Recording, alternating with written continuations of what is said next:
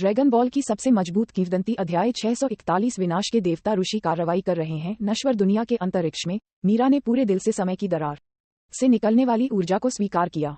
इस ऊर्जा के उनके शरीर में प्रवेश करने के बाद ये तुरंत तीव्र लहरों में बदल गया, जो धीरे धीरे उनकी आत्मा में बह गया। हर लहर एक ऊर्जा को बढ़ावा देने की तरह थी, जिससे उसकी आत्मा मजबूत हो गई। मैं जल्द ही अंतरिक्ष द्वार खोलने और डेमिग्रा को बाहर निकालने में सक्षम हो जाऊंगा। मीरा उसके दिल में पागल की तरह चिल्लाई। उसका पूरा चेहरा उत्तेजना से विकृत हो गया, काफी भयानक लग रहा था। उनका शरीर अब लगभग 2 मीटर तक बढ़ गया था और उनकी उपस्थिति मीरा और डेमिग्रा के बीच थी। हुआला असीम ऊर्जा ने समय की दरार के माध्यम से बाहर निकलने से पहले मंथन किया। इस क्षण तारों से भरा आकाश हिल गया और सभी सितारे मंद हो गए। लगभग वहां मेरे साथ एक हो जाओ।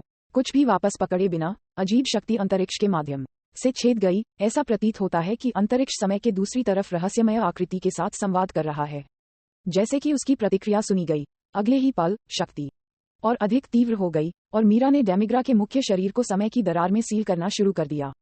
गरज। मीरा ने अपना सिर उठाया और दहाड़ते हुए उसकी रक्तलाल आंखों के नीचे आंसू जैसी 2 रक्तलाल रेखाएं बन गईं।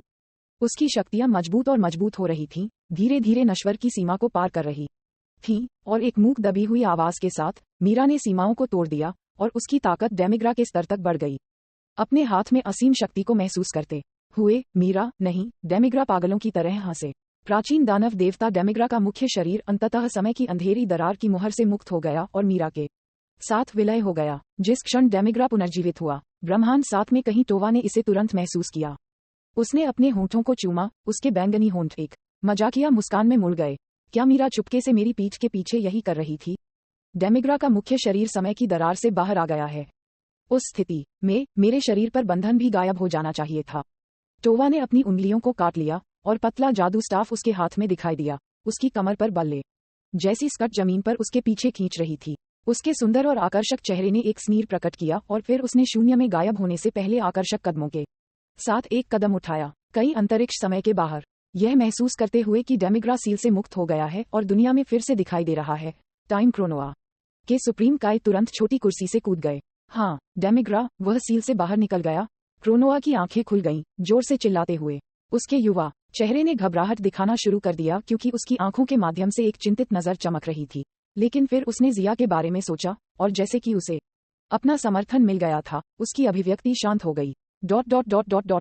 नॉवल USB.com ब्रह्मांड 10। डेमिग्रा ने दूरी में आकाशगंगा को उदासीन रूप से देखा, जो मंद और बेहद कमजोर हो गई थी। उन्होंने अपने हाथ में जादू के कर्मचारियों को शून्य की ओर इशारा किया और अचानक ऐसा लगा जैसे शांत शून्य में विनाश का एक बटन दबा दिया गया था, क्योंकि एक बेलगाम बल बह गया था, पूरे शांत स्थान को परेशान कर रहा था, लहरदार लहरों की तरह बन गया था। परत दर परत कंपन की सीमा बड़ी और बड़ी हो गई, जो अंततः एक विशाल तूफान में बदल गई। कपड़े के फटने की आवाज की तरह, वह स्थान जो कांच के फटने के कारण नाजुक था और अंतरिक्ष के टुकड़े चमकदार और पारभासी सुंदर क्रिस्टल के ब्लॉक की तरह गिर गए, धीरे धीरे शून्य से नीचे फिसल गए, फ्लोरोसेंट जैसे चमकते सितारों में बदल गए। इस समय हिंसक ऊर्जा और भी अधिक पागलपन से भड़क उठी। विशाल ऊर्जा भंवर ने अंतरिक्ष और समय के बीच की सीमा को बाधित कर दिया, जो धुंधले गहरे लाल ब्रह्मांड की पृष्ठभूमि के बीच एक अजीब दृश्य दिखा रहा था। पेड़ विशाल आग के गोले धीरे धीरे उठे और सितारे आतिशबाजी की तरह विशाल सौर चमक में उड़ गए और फिर एक पल की प्रतिभा के बाद गायब हो गए। हाहा, दिव्य क्षेत्र की शक्ति। क्या यह अंतरिक्ष समय क्षमता की शक्ति है? हालांकि यह मेरे चरम पर ताकत से थोड़ा बदतर है। ये पर्याप्त है। मीरा ने बहुत अच्छा किया। डेमिग्रा बेतहाशा हंसे। यद्यपि डेमिग्रा के शरीर में ऊर्जा की कुल मात्रा उतनी शक्तिशाली नहीं है जितनी कि उसके चरम पर थी, लेकिन इसकी विशेषता में एक मौलिक परिवर्तन हुआ था। डेमिग्रा के शरीर के एक हिस्से के रूप में मीरा लंबे समय से दानव क्षेत्र में दुबकी हुई है और उसने अंतरिक्ष समय ऊर्जा चुरा ली थी। इसलिए पुनर्जीवित डेमिग्रा भी अंतरिक्ष समय क्षमता को नियंत्रित कर सकता है। अंतरिक्ष समय क्षमता इस बात की कुंजी है कि क्या वह बहुआयामी डेमिग्रा में फ्यूज हो सकता है। जैसे ही डेमिग्रा अपने भविष्य की योजना बना रहा था, शून्य में एक लहर दिखाई दी और 5 आकृतियों के डेमिग्रा की दृष्टि में प्रवेश करने से पहले एक रंगीन प्रकाश किरण अंतरिक्ष में प्रवेश कर गई। 5 लोग लंबे और छोटे हैं, अर्थात सुप्रीम काय गोवासु, प्रशिक्षु सुप्रीम काय जमासु, प्रशिक्षु सुप्रीम काय तापियन, विनाश के देवता ऋषि और लोली एंजल कुसु। लाइनअप काफी शानदार था। ब्रह्मांड 10 के लगभग सभी सबसे मजबूत और सबसे सम्मानित देवता यहाँ थे। 5 बिन बुलाए लोगों को देखकर डेमिग्रा ने अपनी आंखें बंद कर लीं और उदासीन रूप से मुस्कुराया, लेकिन अंदर से वह पहरा दे रहा था। दूर खड़े टेपियन उन 5 में से एकमात्र था जिसने डेमिग्रा को पहले देखा था। डेमिग्रा को पुनर्जीवित देखकर उसकी अभिव्यक्ति बदल गई और उसने सुप्रीम काई गोवासु और विनाश के देवता ऋषि से कहा, शिक्षक गोवासु, ऋषि समा, यह व्यक्ति डेमिग्रा है। उनकी मीरा नामक एक अधीनस्थ भी है। मुझे नहीं पता कि वह अभी कहाँ है। ब्रह्मांड 10 में 000 10 से अधिक ग्रहों के जीवित प्राणियों को डेमिग्रा के अधीनस्थ द्वारा उसे पुनर्जीवित करने के लिए बलिदान किया गया है। टेपियन को नहीं पता था कि मीरा डेमिग्रा थी। मीरा को यहाँ नहीं देखकर उन्हें लगा कि वह फिर से कुछ बुराई करते हुए कहीं चली गई हैं। ये कैसा पाप है, यहाँ तक कि अगर आप लोग नरक में जाते हैं तो यह आपके द्वारा किए गए गलत कामों की भरपाई करने के लिए पर्याप्त नहीं होगा। जब सुप्रीम काई गोवासु ने सुना कि डेमिग्रा और मीरा ने 10,000 से अधिक रहने योग्य ग्रहों को नष्ट कर दिया है तो वह दर्द और क्रोध में जोर से रोने से खुद को रोक नहीं सका। काले जादू द्वारा बलिदान किया गया हर जीवित प्राणी न केवल शारीरिक रूप से मर जाता है बल्कि उनकी आत्मा भी ब्रह्मांड से पूरी तरह से गायब हो जाएगी और वापसी के लिए कोई जगह नहीं है। हे, ये नश्वर जीवन मेरे पुनरुत्थान में थोड़ा योगदान दे सकते हैं डेमिग्रा, यह उनका सम्मान है। डेमिग्रा ने एक जादू स्टाफ रखा जैसा कि उन्होंने बिना किसी हिचकिचाहट के कहा था। इस समय यूनिवर्स 10 के एंजल कुसु अचानक सामने कूद गए। लाल बालों वाले डेमिग्रा की ओर इशारा किया और आश्चर्य से कहा, यूनिवर्स 7 के दानव भगवान डेमिग्रा, मैंने उसके बारे में पहले सुना है। क्योंकि उसने प्राचीन काल में एक अक्षम्य अपराध किया था, इसलिए उसे समय की दरार के अंत में समय के सर्वोच्च काय द्वारा सील कर दिया गया था। मुझे उम्मीद नहीं थी कि वह भाग जाएगा। विनाश के हाथी जैसे देवता ऋषि ने ठंड से कहा, कोई फर्क नहीं पड़ता कि उसकी उत्पत्ति क्या है, संक्षेप में वह वही है जिसे नष्ट करने की आवश्यकता है ना? उसे मेरे पास छोड़ दो। विनाश के देवता ऋषि ने अपने हाथों को अपनी पीठ के पीछे रखा क्योंकि उसकी सूंड हिल रही थी। अचानक वह चुपचाप अपने स्थान से गायब हो गया और इससे पहले कि उसकी आफ्टर इमेज पूरी तरह से गायब नहीं हुई थी, उसका असली शरीर डेमिग्रा के सामने दिखाई दिया था। बैंक शून्य में एक चमकदार प्रकाश किरण चमक रही थी और ऋषि डेमिग्रा की तरफ दिखाई दी। 2 उंगलियों को एक साथ दबाया गया क्योंकि उसने डेमिग्रा में एक ऊर्जा किरण लॉन्च की थी। किरण एक सरपट दौड़ते घोड़े की तरह जोरदार थी। डेमिग्रा की पुतलियां सिकुड़ गईं क्योंकि उसके चेहरे पर एक ठंडी मुस्कान दिखाई दी और उसने ऋषि के हमले को रोकने के लिए उसके सामने जादू के कर्मचारियों को लहराया, लेकिन उसकी बाहें सुन्न हो गईं और उसे उड़ते हुए भेज दिया गया। रुक जाओ, जादू के कर्मचारियों ने बीच हवा में एक चाप खींचा और उज्ज्वल ऊर्जा फैल गई जिससे डेमिग्रा के शरीर को स्थिर किया गया। डेमिग्रा ने अपने मुंह के कोनों से खून पोंछा और पागलपन से हंसे। हा, आप वास्तव में इस ब्रह्मांड के विनाश के भगवान होने के लायक हैं। आपकी ताकत मुझे सीधे आपका सामना करने के लिए पर्याप्त है। हम्फ, तुम सिर्फ एक चींटी हो, क्या तुम वास्तव में खुद को कुछ बड़ा शॉट मानते हो? ऋषि ने उसे हिकारत भरी नजरों से देखा। इस डेमिग्रा में इतना अभिमानी स्वर है, लेकिन उसकी ताकत केवल दिव्य क्षेत्र के दूसरे स्तर के करीब है। विनाश के देवता की ऊर्जा का उपयोग किए बिना भी ऋषि को आसानी से मारने के लिए पर्याप्त आत्मविश्वास है। विनाश के परमेश्वर के सामने अभिमानी व्यवहार करने की हिम्मत उसे किस बात ने दी? हे, डेमिग्रा घबरा गया, उसका उदास चेहरा डूब गया। अंतरिक्ष में तैरते हुए सुप्रीम काय और अन्य 4 लोगों ने विनाश के देवता के रूप में देखा। ऋषि ने आसानी से डेमिग्रा को हरा दिया, जिसमें सभी ने अलग अलग भाव दिखाए। गोवासु और तापियन की आत्माएं बढ़ गईं और वे विनाश के भगवान जैसे शक्तिशाली अस्तित्व को अपने पक्ष में पाकर खुश थे। लोली एंजल कुसु के निर्दोष चेहरे पर एक खुश मुस्कान थी, वह हमेशा बहुत खुश लग रही थी। केवल जमासु की आंखों में एक गहरा दृश्य था और कोई भी नहीं जानता था कि वह क्या सोच रहा था। उन्होंने कहा, इस तरह की ताकत के साथ अगर यह सच्चे न्याय की सेवा कर सकता है, ब्रह्मांड निश्चित रूप से सच्ची शांति के युग में प्रवेश करेगा। जमासु अपने दिल में बुदबुदाया जैसे कि उसे शैतान बनाया गया हो। दुर्भाग्य से जितना अधिक वह विनाश के देवता की प्रकृति के बारे में सीखता है, उतना ही वह सीखता है कि विनाश के देवता द्वारा किया गया नरसंहार वास्तव में बुरे लोगों से कम नहीं है, क्योंकि उनके जानबूझकर कार्यों से नष्ट होने वाले ग्रह बताने के लिए बहुत सारे हैं। ड्रैगन बॉल की सबसे मजबूत किंवदंती अध्याय 642। एक सौदा करना। ऋषि समा, कृपया प्रतिद्वंद्वी को तुरंत नष्ट कर दें। परम काई गोवासु जोर से चिल्लाया क्योंकि दिव्य भाषा अंतरिक्ष में घुस गई और ऋषि के मस्तिष्क में प्रवेश कर गई। हम विनाश के देवता ऋषि ने बेहोश होकर सिर हिलाया। फिर उन्होंने डेमिग्रा पर अपनी हथेली की ओर इशारा किया और चमकदार चमक के साथ चमकती एक बैंगनी ऊर्जा की गेंद शून्य में तैरने लगी। विनाश की ऊर्जा। विनाश के देवता को विनाश की ऊर्जा तकनीक का उपयोग करते हुए देखकर डेमिग्रा की अभिव्यक्ति को बदलने से खुद को रोक नहीं सका, जो हमेशा शांत रहा है। वह शांति से शून्य की ओर चिल्लाया, वाया, कार्रवाई करने की आपकी बारी है। यदि आप ऐसा नहीं करते हैं तो योजना निश्चित रूप से विफल हो जाएगी। आह, जैसे डेमिग्रा के रोने का जवाब देते हुए शून्य में एक गहरी आह गूंज उठी और फिर काली बिजली का एक बोल्ट शून्य में घुस गया, जो ऋषि द्वारा लॉन्च की गई बैंगनी ऊर्जा की गेंद से टकरा गया। विनाश की ऊर्जा का प्रतीक ऊर्जा की गेंद तुरंत बिखरे हुए अमूर्त प्रकाश बिंदुओं में बदल गई और गायब हो गई। वह कौन था? कोई विनाश के देवता के दिव्य अधिकार को भड़काने की हिम्मत करता है। ऋषि की अभिव्यक्ति बदल गई, उसकी चड्डी ऊपर की ओर इशारा कर रही थी और उसकी आंखें एक रेखा में संकुचित हो गईं।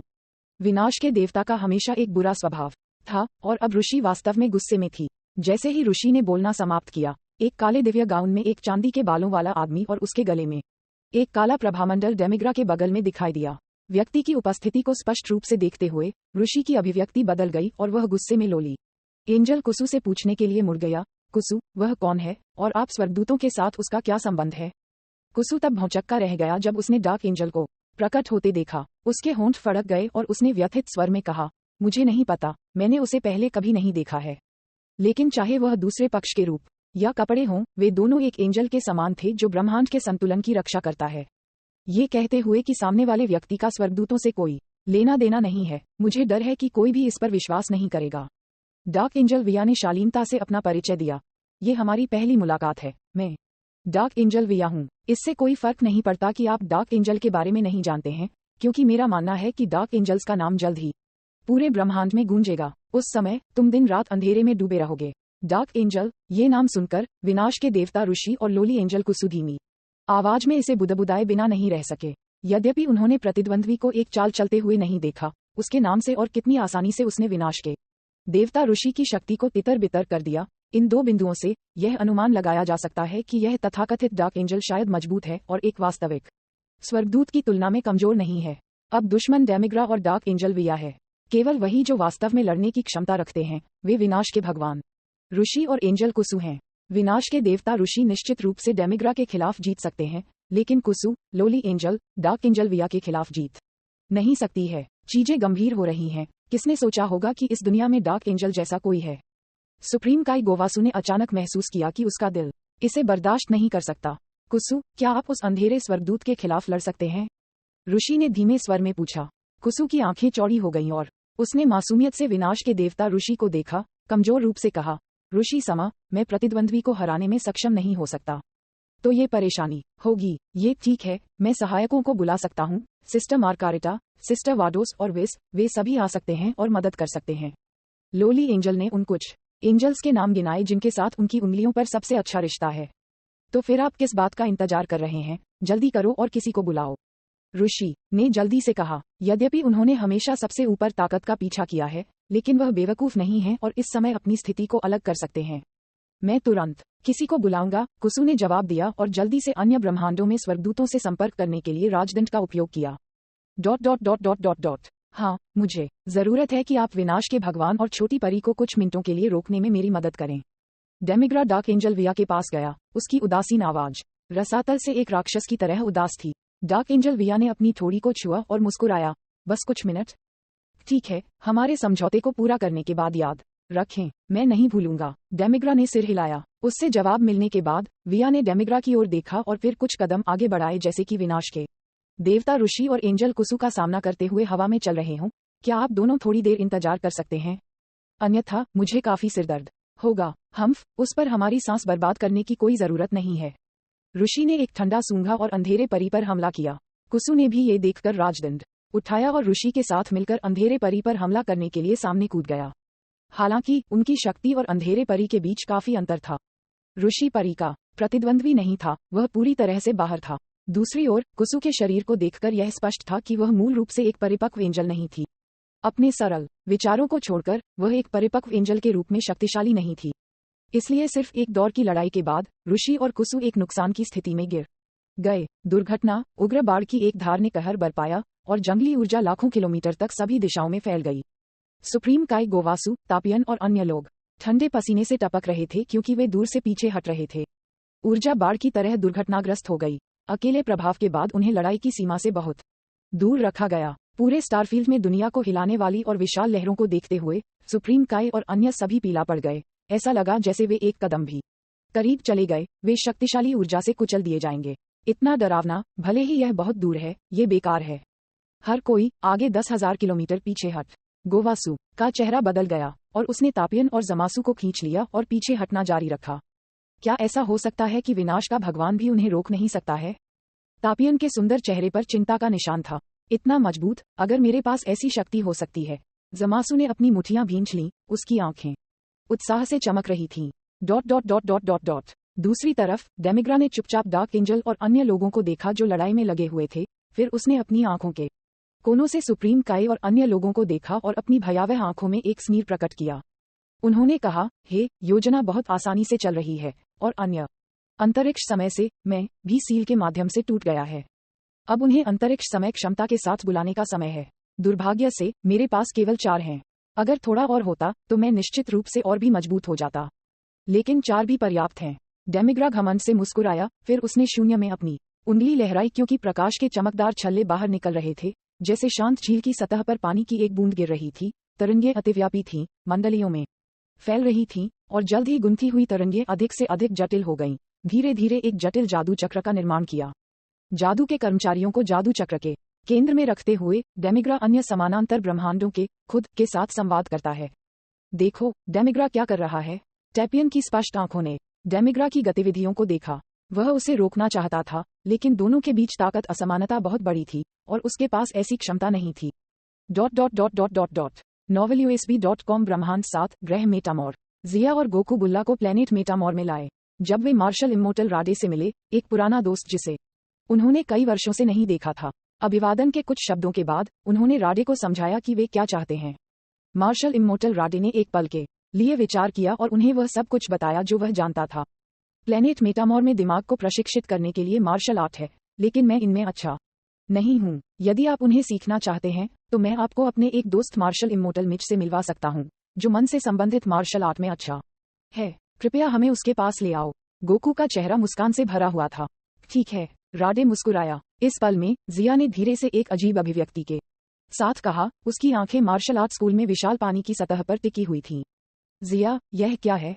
चुप रहो, जिया ने गोकू को आवाज न करने के लिए कहा, और फिर उसने एकाग्रता में अपनी सांस रोक ली, ध्यान से समझने की कोशिश की। अचानक पानी की सतह, जो अभी दर्पण की तरह शांत थी, विकृत हो गई, जैसे कि विशाल लहरें उठ रही हों, और फिर एक उज्ज्वल प्रकाश झिलमिला रहा था, और एक लंबी महिला ने एक सुंदर और इत्मीनान से शून्य से बाहर कदम रखा। लंबे सिल्वर ग्रे बाल और हल्के नीले रंग की बेदाग त्वचा, नाजुक और उत्तम चेहरा बैंगनी आंखों की एक जोड़ी के साथ रखा गया था जो सभी जीवित प्राणियों को आकर्षित कर सकता था। माथे के सामने बालों के कई गुच्छे छाती के पार बगल में लटक रहे थे, और एक लबादे की तरह एक स्कर्ट स्वाभाविक रूप से पेट के निचले हिस्से के किनारों से पीछे की ओर लटक रही थी। उसका शरीर लंबा और मोटा था, आकर्षण से भरा था, और चमकदार लाल त्वचा तंग कपड़ों में लिपटा उसका पूरा शरीर बेहद आकर्षक था। जिया ने ये जानकर अपनी भौहें उठा दी कि जो व्यक्ति उसके सामने प्रकट हुआ था वह टोवा था, जो दानव क्षेत्र का असाधारण जादूगर था। वह एक बहुत ही सुंदर महिला थी। वे कई बार गुप्त रूप से एक दूसरे के खिलाफ लड़ चुके हैं, लेकिन ये केवल दूसरी बार है जब वे वास्तविक जीवन में मिले हैं। समय के भगवान जिया, मैं आपके साथ एक सौदा करना चाहता हूँ। जैसे ही टोवा दिखाई दिया, वह सही बिंदु पर पहुंच गई और आने के लिए अपना उद्देश्य बताया। ड्रैगन बॉल की सबसे मजबूत किंवदंती अध्याय 643। इस महिला के पास गहरे विचार हैं। जिया ने टोवा को संदेह में देखा और उसके द्वारा प्रस्तावित सौदे के बारे में संदेह व्यक्त किया। दोनों पक्षों को उनके दृष्टिकोण से विपरीत कहा जा सकता है। एक समय का भगवान है जो समय और स्थान की स्थिरता की रक्षा करता है, और दूसरा एक अपराधी है जो समय और स्थान के क्रम को परेशान करता है। दोनों एक पुलिस अधिकारी और चोर की तरह हैं। ऐसी पहचान के साथ वे क्या सौदा कर सकते हैं? मेरे साथ एक सौदा कर रहे हैं? क्या आपको यकीन है कि आप मजाक नहीं कर रहे हैं? जिया ने भौहें सिकोड़ी। टोवा का सुंदर चेहरा एक उज्ज्वल मुस्कान में खिल गया। मैं गंभीर हूँ। मुझे लगता है कि आप पहले से ही समय के सर्वोच्च काय से मेरी पहचान के बारे में जानते हैं। डाबुरा की छोटी बहन, दानव क्षेत्र का राजा, जिया ने जारी रखा। टोवा अपना सिर हिलाने से पहले थोड़ा स्तब्ध था। ये सच है कि मैं डाबुरा की छोटी बहन हूँ, लेकिन मैं दानव क्षेत्र की सेवा नहीं कर रही हूँ। मैं डेमिग्रा की सेवा भी नहीं कर रहा हूँ।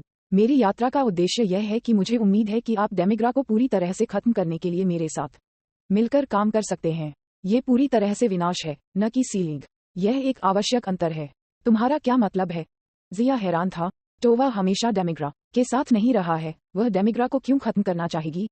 क्या ऐसा हो सकता है कि उनके बीच कुछ आंतरिक कलह थी और अंदरूनी कलह थी, जिसके कारण परिणाम हुआ? या क्या एक और संभावना है कि टाइम क्रोनोआ के सुप्रीम काई की जानकारी हमेशा गलत रही है और टोवा और डेमिग्रा एक ही समूह में नहीं है? मीरा वास्तव में प्राचीन काल में टोवा द्वारा बनाई गई एक कृत्रिम जीवन शैली है, और मीरा हमेशा डेमिग्रा को पुनर्जीवित करने पर काम कर रही है, जिसकी जिया ने व्यक्तिगत रूप से पुष्टि की है। यदि टोवा और डेमिग्रा एक साथ नहीं हैं, तो क्या कोई अन्य रहस्य है? ऐसा लगता है कि टोवा ने जिया के संदेह को देखा और समझाया, मैं वास्तव में डेमिग्रा को पुनर्जीवित नहीं करना चाहता था, लेकिन मैं इसे रोक नहीं सका। बहुत समय पहले जब मैंने अंतरिक्ष समय की क्षमता को जागृत किया था, तो डेमिग्रा की भटकती आत्मा का एक निशान मुझे मिला और मेरे शरीर पर निषिद्ध जादू डाल दिया। इसलिए मेरे पास उनके आदेशों का पालन करने के अलावा कोई विकल्प नहीं था। फिर डेमिग्रा ने मीरा को बनाने के लिए मेरे हाथ उधार लिए। मैं हमेशा डेमिग्रा के नियंत्रण से छुटकारा पाना चाहता था, लेकिन मैं 40 साल पहले तक शक्तिहीन था। अंतरिक्ष समय अचानक विभाजित हो गया, इसलिए मैंने कई समानांतर ब्रह्मांडों के मैं को इकट्ठा किया और कई वर्षों की योजना के बाद मुझे आखिरकार डेमिग्रा को पूरी तरह से खत्म करने का एक तरीका मिला। टोवा ने धीरे धीरे अपनी कहानी सुनाई। उसका सुंदर चेहरा उत्साह दिखा रहा था। मैंने पाया कि केवल एक अंतरिक्ष समय के डेमोग्रा को नष्ट करने से उसे पूरी तरह से नष्ट नहीं किया जा सकता है, क्योंकि जब तक एक समय स्थान है जहां डेमिग्रा मौजूद है और जब तक समयरेखा उलट जाती है, तब तक मेरे सभी प्रयास व्यर्थ हो जाएंगे। इसलिए डेमिग्रा को एक ही बार में कई अंतरिक्ष समय के डेमिग्रा को नष्ट करना आवश्यक है, और वह क्षमता जिसे आपने समय के भगवान ने समझ लिया है, डेमिग्रा को नष्ट करने की कुंजी है। समय के भगवान के पास विनाश के भगवान की विनाश की ऊर्जा की तरह विलुप्त होने नामक एक कौशल है, जिसमें जीवन की मौलिक प्रकृति को मिटाने की क्षमता शामिल है। विलुप्त होने अंतरिक्ष समय में किसी व्यक्ति के अस्तित्व को पूरी तरह से नष्ट कर सकता है। ये कार्य कारण के कानून के समान एक भयानक कौशल है। टोवा ने सोचा, डेमिग्रा को टाइमलाइन से पूरी तरह से खत्म करने के लिए यह एकमात्र तरीका है जो सबसे गहन है। मैं तुम पर विश्वास क्यों करूं? जिया ने जवाब में पूछा। उसके लिए टोवा जैसी महिला से दूर रहना बेहतर है, जो सुंदर है और गहरे विचार रखती है।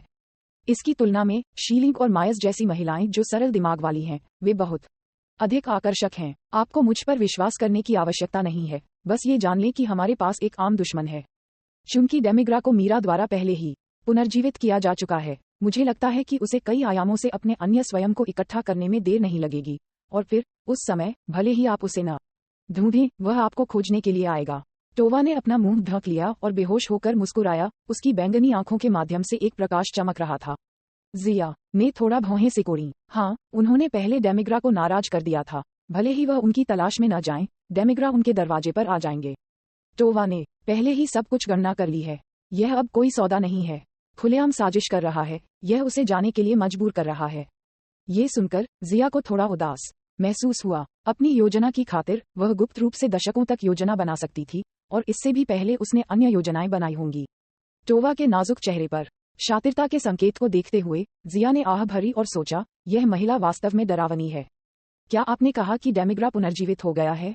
हाँ, उसका मुख्य शरीर ब्रह्मांड 10 में पुनर्जीवित हो गया है, टोवा ने मुस्कुराते हुए कहा। जिया ने सिर हिलाया और चिंतन में पड़ने के अलावा कुछ नहीं कर सका। क्या उसे इस महिला की बातों पर विश्वास करना चाहिए? यदि उसने जो कहा वह सच है, तो उसे डेमिग्रा के मामलों में हस्तक्षेप करना चाहिए। अन्यथा क्या उसे उसके दरवाजे पर आने की प्रतीक्षा करनी होगी? यदि उसने जो कहा वह गलत है, तो ब्रह्मांड 10 में जाने के लिए उसे धोखा देने से उसका क्या फायदा होगा? लंबे समय तक सोचने के बाद उन्होंने पाया कि टोवा को वास्तव में उससे झूठ बोलने की आवश्यकता नहीं थी। अपने दिल में वह लगभग टोवा के शब्दों पर विश्वास करता है। अरे, आप जिस डेमिग्रा के बारे में बात कर रहे हैं, वह कौन है? क्या वह एक विशेषज्ञ है? गोकू ने उलझन में पूछा। जिया अपने चिंतन से उबर गया, गोकू की ओर देखा और अपना सिर हिलाया। काकरोट, यह मामला आपकी क्षमता से परे है, इसलिए इसमें शामिल न हो। गोकू आश्चर्यचकित था। तो वह वास्तव में एक विशेषज्ञ है? क्या वह बहुत शक्तिशाली है? डेमिग्रा आपको एक चाल से मार सकता है। टोवा ने गोकू की ओर देखा। हालांकि उसके सामने ये सयान भी बहुत मजबूत था, लेकिन यह अफसोस की बात थी कि वह अभी भी डेमिग्रा की ताकत से बहुत दूर था, अन्यथा उसे भी घसीटा जा सकता था। इतना शक्तिशाली? गोकू आश्चर्यचकित हो गया और कहने से खुद को रोक नहीं सका। फिर उसने उनके बीच असमानता के बारे में सोचा और उसकी अभिव्यक्ति हतोत्साहित हो गई। लेकिन उन्होंने तुरंत खुश होकर कहा, मैं अभी भी इतने शक्तिशाली व्यक्ति का मैच नहीं हूँ। मुझे अपनी ट्रेनिंग बढ़ाने की जरूरत है। सयान, क्या तुमने इसके बारे में सोचा है? टोवा ने फिर पूछा। डेमिग्रा को मिटाने के लिए समय की शक्ति के भगवान आवश्यक है। वास्तविकता को ध्यान में रखते हुए जिया ने भौहें सिकोड़ी और कहा, यदि डेमिग्रा के मुख्य शरीर को पुनर्जीवित किया गया है, तो वह कम से कम दिव्य क्षेत्र के पहले स्तर पर होगा, या यहाँ तक कि पहले से ही दिव्य क्षेत्र के दूसरे स्तर पर हो सकता है। साथ ही कई अंतरिक्ष समय के अपने अन्य स्वयं के साथ विलय करने के बाद शायद वह एक बार में दिव्य क्षेत्र के चौथे स्तर पर पहुंच जाएगा। सभी समानांतर ब्रह्मांडों के व्यक्तियों का विलय करना, क्या यह वह विधि नहीं है जिसे महान स्वर्गीय अधिकारी ने कहा था कि अंतरिक्ष समय नियंत्रक दिव्य क्षेत्र के चौथे स्तर तक आगे बढ़ने के लिए उपयोग करते हैं? डेमिग्रा की ताकत वास्तव में कमजोर नहीं है, लेकिन मुझे लगता है कि एंजल ऑफ यूनिवर्स 10 निश्चित रूप से कार्रवाई करेगा। सच बताऊं तो मेरे हाथ में डेमिग्रा की कमजोरी है।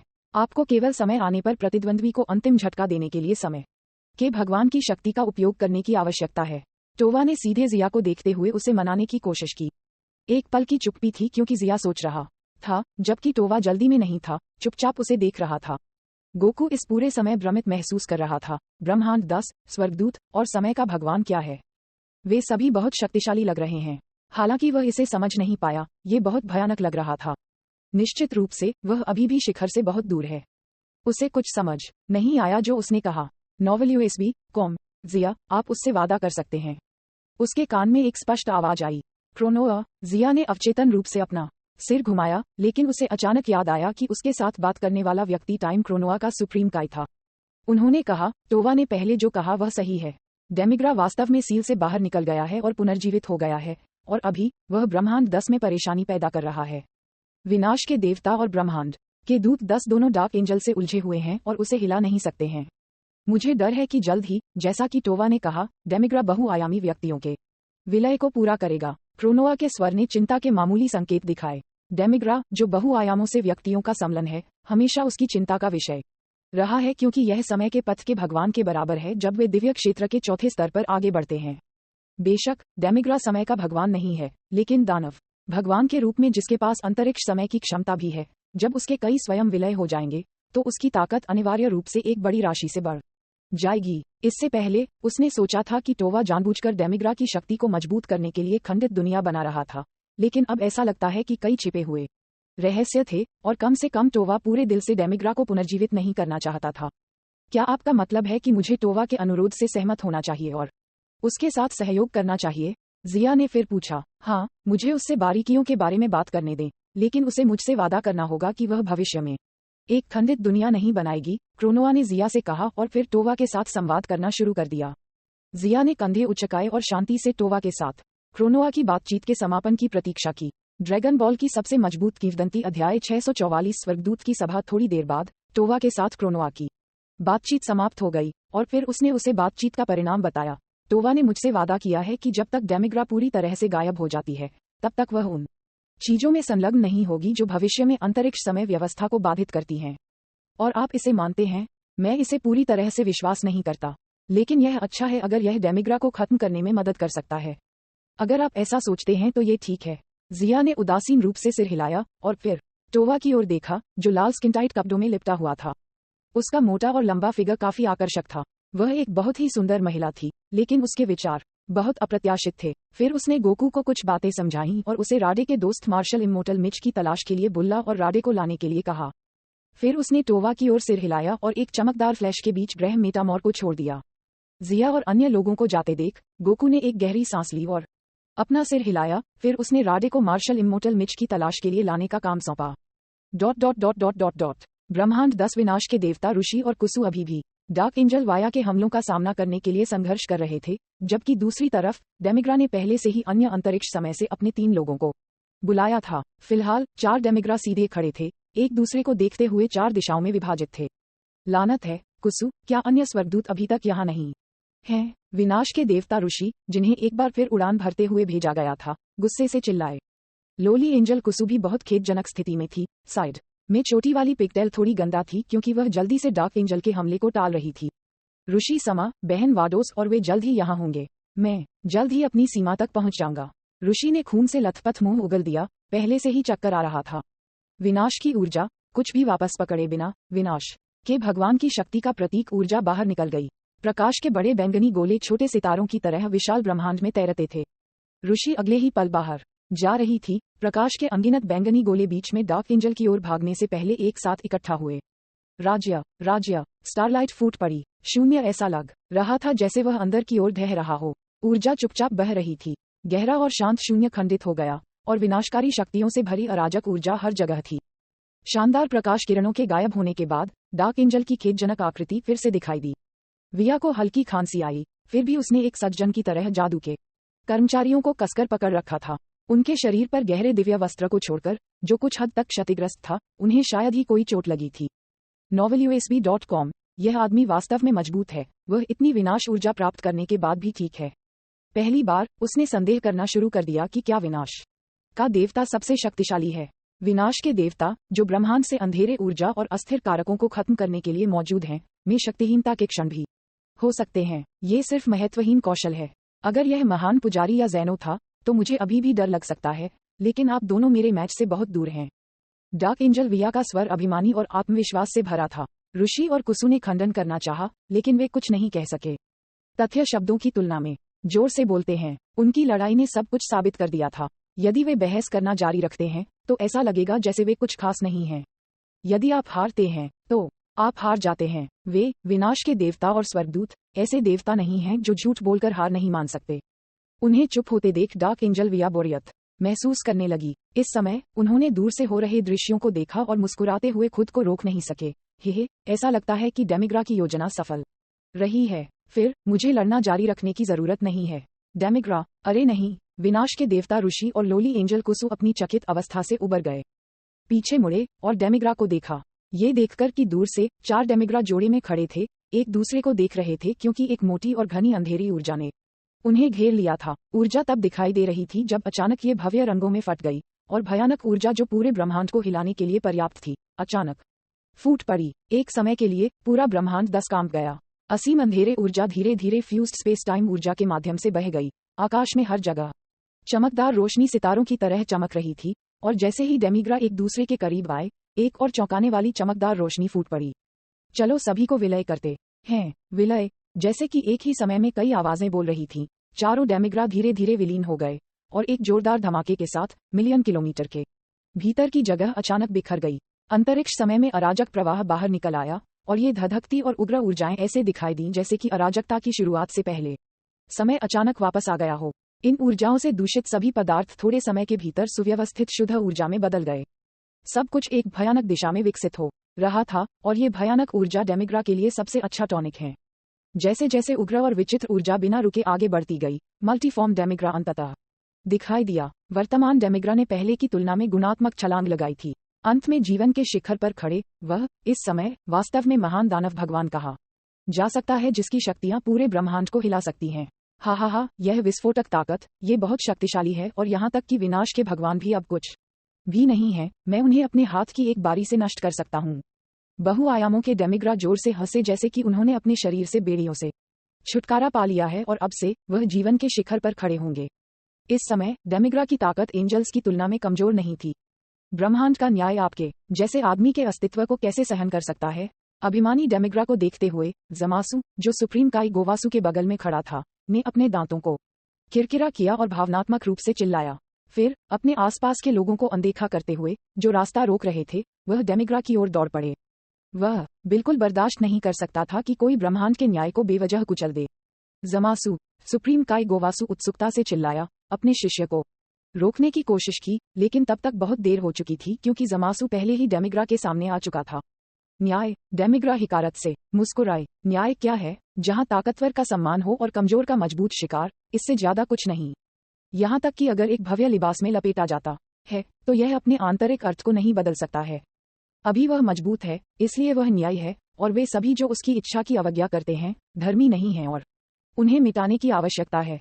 डेमिग्रा ने एक मुस्कान के साथ जमासु को देखा, उसकी आवाज ठंडी और जानलेवा इरादे से भरी हुई थी। उन्होंने कहा, न्याय सिर्फ मौखिक बात नहीं है, इसे व्यवहार में लाने की जरूरत है। मैं आपको बताता हूँ कि न्याय क्या है। ये कहते हुए डेमिग्रा ने अपने जादू के कर्मचारियों को उठाया और आराम से इसे शून्य की ओर इशारा किया। अचानक एक अजीब लहर सभी दिशाओं में फैल गई। अच्छा नहीं। सुप्रीम काई गोवासु की अभिव्यक्ति बदल गई और वह जल्दी से तेज आवाज में चिल्लाया, लेकिन तब तक बहुत देर हो चुकी थी। जमासु पहले ही डेमिग्रा की अटैक रेंज में गिर चुका था। डेमिग्रा की उदासीन आवाज शून्य में गूंज रही थी। डार्क रे, एक ठंडी रोशनी चमकी, वह चमक रही थी जैसे कोई उल्का नीचे गिर रहा हो।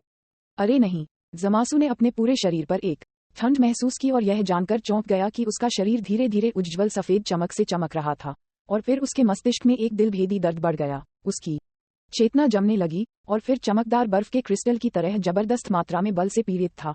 वह एक पल में कुचल दिया गया था। जमासु की मृत्यु हो गई। डेमिग्रा की शक्ति से पाउडर में कुचल दिया गया। जमासु, सर्वोच्च काई गोवासु दुख में चिल्लाया क्योंकि उसने असहाय रूप से अपने शिष्य को अपने सामने मरते हुए देखा और वह कुछ भी नहीं कर सका। इस अनिच्छा ने उसे दिल तोड़ दिया। जमासु एक असली योद्धा है, मैं उसके जितना अच्छा नहीं हूँ। तापियन ने खुद से बुदबुदाया, जैसे कि ऐसे धर्मी साथी को खोने के लिए दुखी। हे, वह सिर्फ एक अच्छा लड़का था। आपका इतना दिल क्यों टूट गया है? मैं तुम्हें उससे मिलने के लिए दूसरी दुनिया में भेज दूं। डेमिग्रा ने अपने होंठ चाटे, उसकी आवाज अंधेरे से भरी हुई थी और एक राक्षस की तरह खून की प्यासी थी। लेकिन इस समय है ना? डेमिग्रा धीरे से चिल्लाया और उसकी अभिव्यक्ति थोड़ी बदल गई, भौहें सिकोड़ी।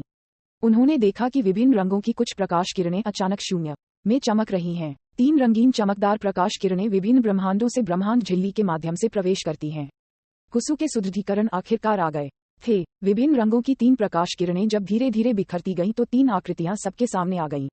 बीच में हरे रंग के दिव्य वस्त्र पहने एक सुंदर युवा महिला थी। उसके सुंदर चांदी भूरे बाल पोनीटेल के रूप में जूड़े में बंधे हुए थे, जो एक हेडबैंड के माध्यम से नीचे लटक रहे थे। नाजुक और सुंदर लग रहे थे। वह यूनिवर्स 6 की एंजल वाडोस हैं। बाईं ओर वाला एक मैरून रंग का दिव्य वस्त्र पहने हुए था, जिसमें चांदी भूरे बाल ऊंचे खड़े थे। वह ब्रह्मांड 7 का एंजल विस है। दाईं ओर वाला एक अपरिचित व्यक्ति था जो बैंगनी दिव्य वस्त्र पहने हुए था। वह बहुत हद तक वाडोस की तरह दिखती थी, लेकिन वाडोस से छोटी थी। उसके पास एक पतला और करामाती आकृति है और उसकी त्वचा नाजुक और रेशमी थी। उसकी गर्दन के चारों ओर नीले प्रभामंडल को छोड़कर उसके चांदी भूरे बालों को 2 लंबी पोनीटेल में बांधा गया था, जिसमें उसके माथे के प्रत्येक तरफ 2 धमाके थे। उसके पास एक सुंदर असर है और युवा जीवन शक्ति से भरा था। वह ब्रह्मांड की परी है 11 माकारिटा। 4 महिला स्वर्गदूतों में लोली एंजल कुसु के अलावा, जो सबसे छोटी है, उसके पास एक लड़की की मुस्कान है और कमल के फूल की तरह शांत और सुंदर है। ड्रैगन बॉल की सबसे मजबूत किंवदंती अध्याय 645 4 स्वर्गदूत। यहाँ 3 और स्वर्गदूत आते हैं। विस और अन्य लोगों को अचानक प्रकट होते देख डेमिग्रा के चेहरे पर उदासीन मुस्कान आखिरकार गायब हो गई और उसकी आंखें ठंडी रोशनी से झिलमिला उठीं। एक गंभीर अभिव्यक्ति के साथ उसकी ठंडी आंखें विस और अन्य लोगों पर बह गईं और उसका उदास चेहरा और भी उदास हो गया। ओह, यह आदमी डेमिग्रा है। वाडोस ने शांति से डेमिग्रा को देखा। उसकी नीली आंखें रोशनी से झिलमिला रही थीं। डार्क एंजल के अलावा इस आदमी से निपटना आसान नहीं लगता है। यह सही है, वह डेमिग्रा है, विस ने पुष्टि में कहा। लेकिन मुझे आश्चर्य है कि क्या हुआ है। डेमिग्रा के पास मूल रूप से केवल दिव्य क्षेत्र की शक्ति थी, लेकिन इस समय यह एक स्वर्गदूत के बराबर था। सुदृढ़ीकरण को आते देख कुसु और ऋषि ने डार्क एंजल की अटैक रेंज से अलग होने से पहले राहत की सांस ली और विस और अन्य लोगों के बगल में पहुंचे। कुसु ने अपनी सपाट छाती को थपथपाया और कहा, बहन वडोस, मुझे इस समय आप पर भरोसा करना होगा। वह डार्क एंजल बहुत घृणित है। उन्होंने ब्रह्मांड 10 की शांति को बाधित किया है। ठीक है कुसु, आप माकारिटा के साथ मिलकर उस डेमिग्रा से निपटेंगे और डार्क एंजल को मेरे और विस के लिए छोड़ देंगे। वाडोस ने व्यवस्था की और फिर डार्क एंजल विया के सामने विस के साथ कंधे से कंधा मिलाकर खड़ा हो गया। डार्क एंजल, तुमने सीमा पार कर ली है। विडोस की ठंडी आवाज सुनने में बहुत सुखद थी। उसकी मधुर आवाज शून्य के माध्यम से प्रसारित हो रही थी। हे, ये सिर्फ डेमिग्रा के साथ एक सौदा है। डार्क एंजल विया ने आराम से अभिव्यक्ति के साथ कहा। यहाँ तक कि एक ही समय में 2 स्वर्गदूतों का सामना करते समय वह चिंतित नहीं था। उसकी ताकत एक ही समय में 2 स्वर्गदूतों से निपटने के लिए पर्याप्त नहीं हो सकती है, लेकिन अगर वह भागना चाहता है तो यहाँ तक कि वाडोस और विस, जो स्वर्गदूत भी हैं, उसे रोक नहीं सकते हैं। आप ऐसा करके केवल ज़ेनो सामा को नाराज कर देंगे। उस समय वह न केवल आपको दबा देगा। वाडोस ने अपना सिर हिलाया और उसका सुंदर चेहरा ठंडा हो गया। ज़ेनो, डार्क एंजल विया ने कहा, जल्द या बाद में हम ज़ेनो को नीचे खींच लेंगे और इस युग को समाप्त कर देंगे। मैं नाटक नहीं कर सकता कि मैंने इसे नहीं सुना। विस ने अपने सिर को थोड़ा हिला दिया और उसका शरीर एक भूत की तरह डार्क एंजल विया के बगल में दिखाई दिया। उसके हाथ में राजदंड एक स्लाइडिंग गति बना रहा था। धमाका, शून्य में 2 राजदंड टकरा गए और अचानक एक भयंकर लौ फूट पड़ी। उसी समय एक शानदार ऊर्जा लहर बह गई, जिसने अराजक शून्य को मुश में बदल दिया। जू विस ने डार्क एंजल के साथ लड़ना शुरू किया और एक पल में अनगिनत सिलहुट शून्य में दिखाई दिए। क्या ज़ेनो का अस्तित्व उचित है? उन्होंने कहा, पिछला युग खत्म हो गया है। अब यह मल्टीवर्स युग है। आप भी एक बार एक स्वर्गदूत थे। आप इतने नीचे क्यों डूब गए हैं? विस ने उदासीन तरीके से कहा, क्योंकि हमें लगता है कि यह उचित नहीं है। बस बिजली के 2 बोल्ट, एक लाल और एक काला, तेजी से घूम रहे थे। उनके सिलहुट दिखाई नहीं दे रहे थे। एंगल्स के बीच लड़ाई ने एक नए क्षेत्र में प्रवेश किया था जिसमें संयम की अनदेखी की गई थी। यह एक अत्यंत उच्च गति वाली लड़ाई थी जो भौतिक शरीर द्वारा सीमित नहीं थी। डार्क एंजल्स से निपटना वास्तव में मुश्किल है, जैसा कि किंवदंती में कहा गया है। वाडोस ने थोड़ी देर के लिए उदासीन रूप से देखा, उसके चेहरे पर आश्चर्य का एक संकेत दिखाई दे रहा था जो हजारों वर्षों से शांत था। वास्तव में वाडोस ने व्यक्तिगत रूप से अनुभव नहीं किया कि डार्क एंजल कितना मजबूत है, क्योंकि जब वह पैदा हुई थी तो सभी डार्क एंजल्स पहले से ही ज़ैनोसमा द्वारा दबा दिए गए थे। लेकिन महान पुजारी के अनुसार डार्क एंजल्स के नेता लेंसिस महान पुजारी से कम शक्तिशाली नहीं हैं। इससे यह अनुमान लगाया जा सकता है कि अन्य डार्क एंजल्स शायद वास्तविक स्वर्गदूतों से कम नहीं हैं। पिछले युग के अवशेष के रूप में इस युग के प्रति जुनूनी होने की जहमत क्यों उठाई जाए? वाडोस बुदबुदाया और फिर लड़ाई में भी शामिल हो गया। वाडोस के शामिल होने के बाद डार्क एंजल विया पर दबाव बहुत बढ़ गया। विस और वाडोस की घेराबंदी के तहत भाई और बहन विया बार बार पीछे हट गए। उसके शरीर पर पहले से ही कुछ चोटें थीं, जैसा कि वर्तमान युग के स्वर्गदूत से उम्मीद की गई थी। आप मुझे घायल करने में सक्षम थे। डार्क एंजल विया ने भौहें सिकोड़ी और खून से भरा मुंह थूक दिया। बेशक हम आप स्वर्गदूतों के समान नहीं हैं जो अंधेरे ऊर्जा द्वारा भ्रष्ट हो गए हैं। विस थोड़ा मुस्कुराया, लेकिन उसकी आंखों में एक बेहद गंभीर अभिव्यक्ति थी क्योंकि उसने डार्क एंजल को सावधानी से देखा और वाडोस के साथ अपना रास्ता रोक दिया। डार्क एंजल विया ने आह भरी, ऐसा लगता है कि अगर मैं ठीक से नहीं लड़ूंगा तो ये काम नहीं करेगा। कोई बात नहीं, मैं आपको उन लोगों को दिखाता हूँ जो कुएं के तल पर मेढक हैं, मेरी असली ताकत। ये कहने के बाद उसके हाथ में जादू का स्टाफ अचानक उज्ज्वल प्रकाश में फूट पड़ा और अनगिनत छोटी चिंगारियां एक साथ इकट्ठी हुईं और बारिश की बूंदों की तरह बाहर निकल गईं। बारिश की प्रत्येक बूंद एक ऊर्जा ब्लेड थी जो सिकाडा के पंखों जितनी पतली थी। ची ची, प्रकाश की एक छोटी सी किरण चमकी और अंतरिक्ष को नरम टोफू की तरह आसानी से काट दिया गया। विस और वाडोस जल्दी से पीछे हट गए, उस शून्य को देखकर आश्चर्यचकित भाव से देख रहे थे जो पाउडर में बिखर गया था, और एक भयानक भावना उनके दिलों में दौड़ गई। डरावना, यहाँ तक कि विस भी आह भरे बिना नहीं रह सका। यह अंतरिक्ष का सामान्य विनाश नहीं है, बल्कि भौतिक कानून के स्तर पर एक पूर्ण विनाश है। अंतरिक्ष को ऐसे देखते हुए जैसे कोई पानी का सांप इधर उधर घूम रहा हो, वह थोड़ी देर के लिए ठीक नहीं होगा। ... बहन वाडोस निश्चित रूप से उस अंधेरे परी को पकड़ सकती है, कुसु ने प्रशंसा की दृष्टि से कहा, क्योंकि उसने अपनी बाहों में राजदंड को गले लगा लिया था। एक स्वर्गदूत के रूप में जो अभी तक परिपक्व नहीं है, कुसु वाडोस की तरह मजबूत नहीं था। आमतौर पर वह विनाश के देवता की तुलना में केवल थोड़ा अधिक शक्तिशाली है और एक चाल में विनाश के देवता को मारने में सक्षम होने से बहुत दूर है। novelUSB.com, ये हमारे लिए भी शुरू करने का समय है। ऋषि समा, कृपया सुप्रीम काई के पक्ष में वापस हट जाएं। मार्कारिता ने विनम्रता से कहा, हम आपको परेशान करेंगे। ऋषि ने सिर हिलाया और उसकी आकृति प्रकाश की किरण में बदल गई क्योंकि यह बहुत दूर उड़ गई थी। बहन मार्कारिता, चलो इन बुरी ताकतों को एक साथ नष्ट करें। लोली एंजल कुसु ने जमकर अपनी मुट्ठी लहराई और डेमिग्रा की ओर एक शातिर नजर डाली। एंजल के कार्यों को देखते हुए डेमिग्रा ने कहा, आप दोनों एक साथ आ सकते हैं। मैं चाहता हूँ कि आप समझें कि ये दानव देवता कोई ऐसा व्यक्ति नहीं है जिसे आप यह दृष्टि से देख सकते हैं। यदि यह पहले था तो डेमिग्रा स्वाभाविक रूप से स्वर्गदूतों के प्रति अभिमानी नहीं होगा जो ब्रह्मांड के संतुलन की रक्षा करते हैं, लेकिन अब यह अतीत से अलग है। उसकी शक्तिशाली ताकत उसे अंतहीन आत्मविश्वास दे रही थी। हूश, बिना कोई आवाज किए कुसु और मार्कारिटा अचानक गायब हो गए और जल्दी से डेमिग्रा की दृष्टि की रेखा की सीमा में प्रवेश कर गए। वे उस पर हमला करने से पहले शायद ही रुके, एक शक्तिशाली बल उसकी ओर बढ़ रहा था। ये देखते ही डेमिग्रा ने अचानक शून्य में घूंसा मारा और हिंसक शक्ति कुसु और मार्कारिटा की शक्तियों के साथ जुड़ गई, जिससे अंतरिक्ष बेहद चिपचिपा हो गया।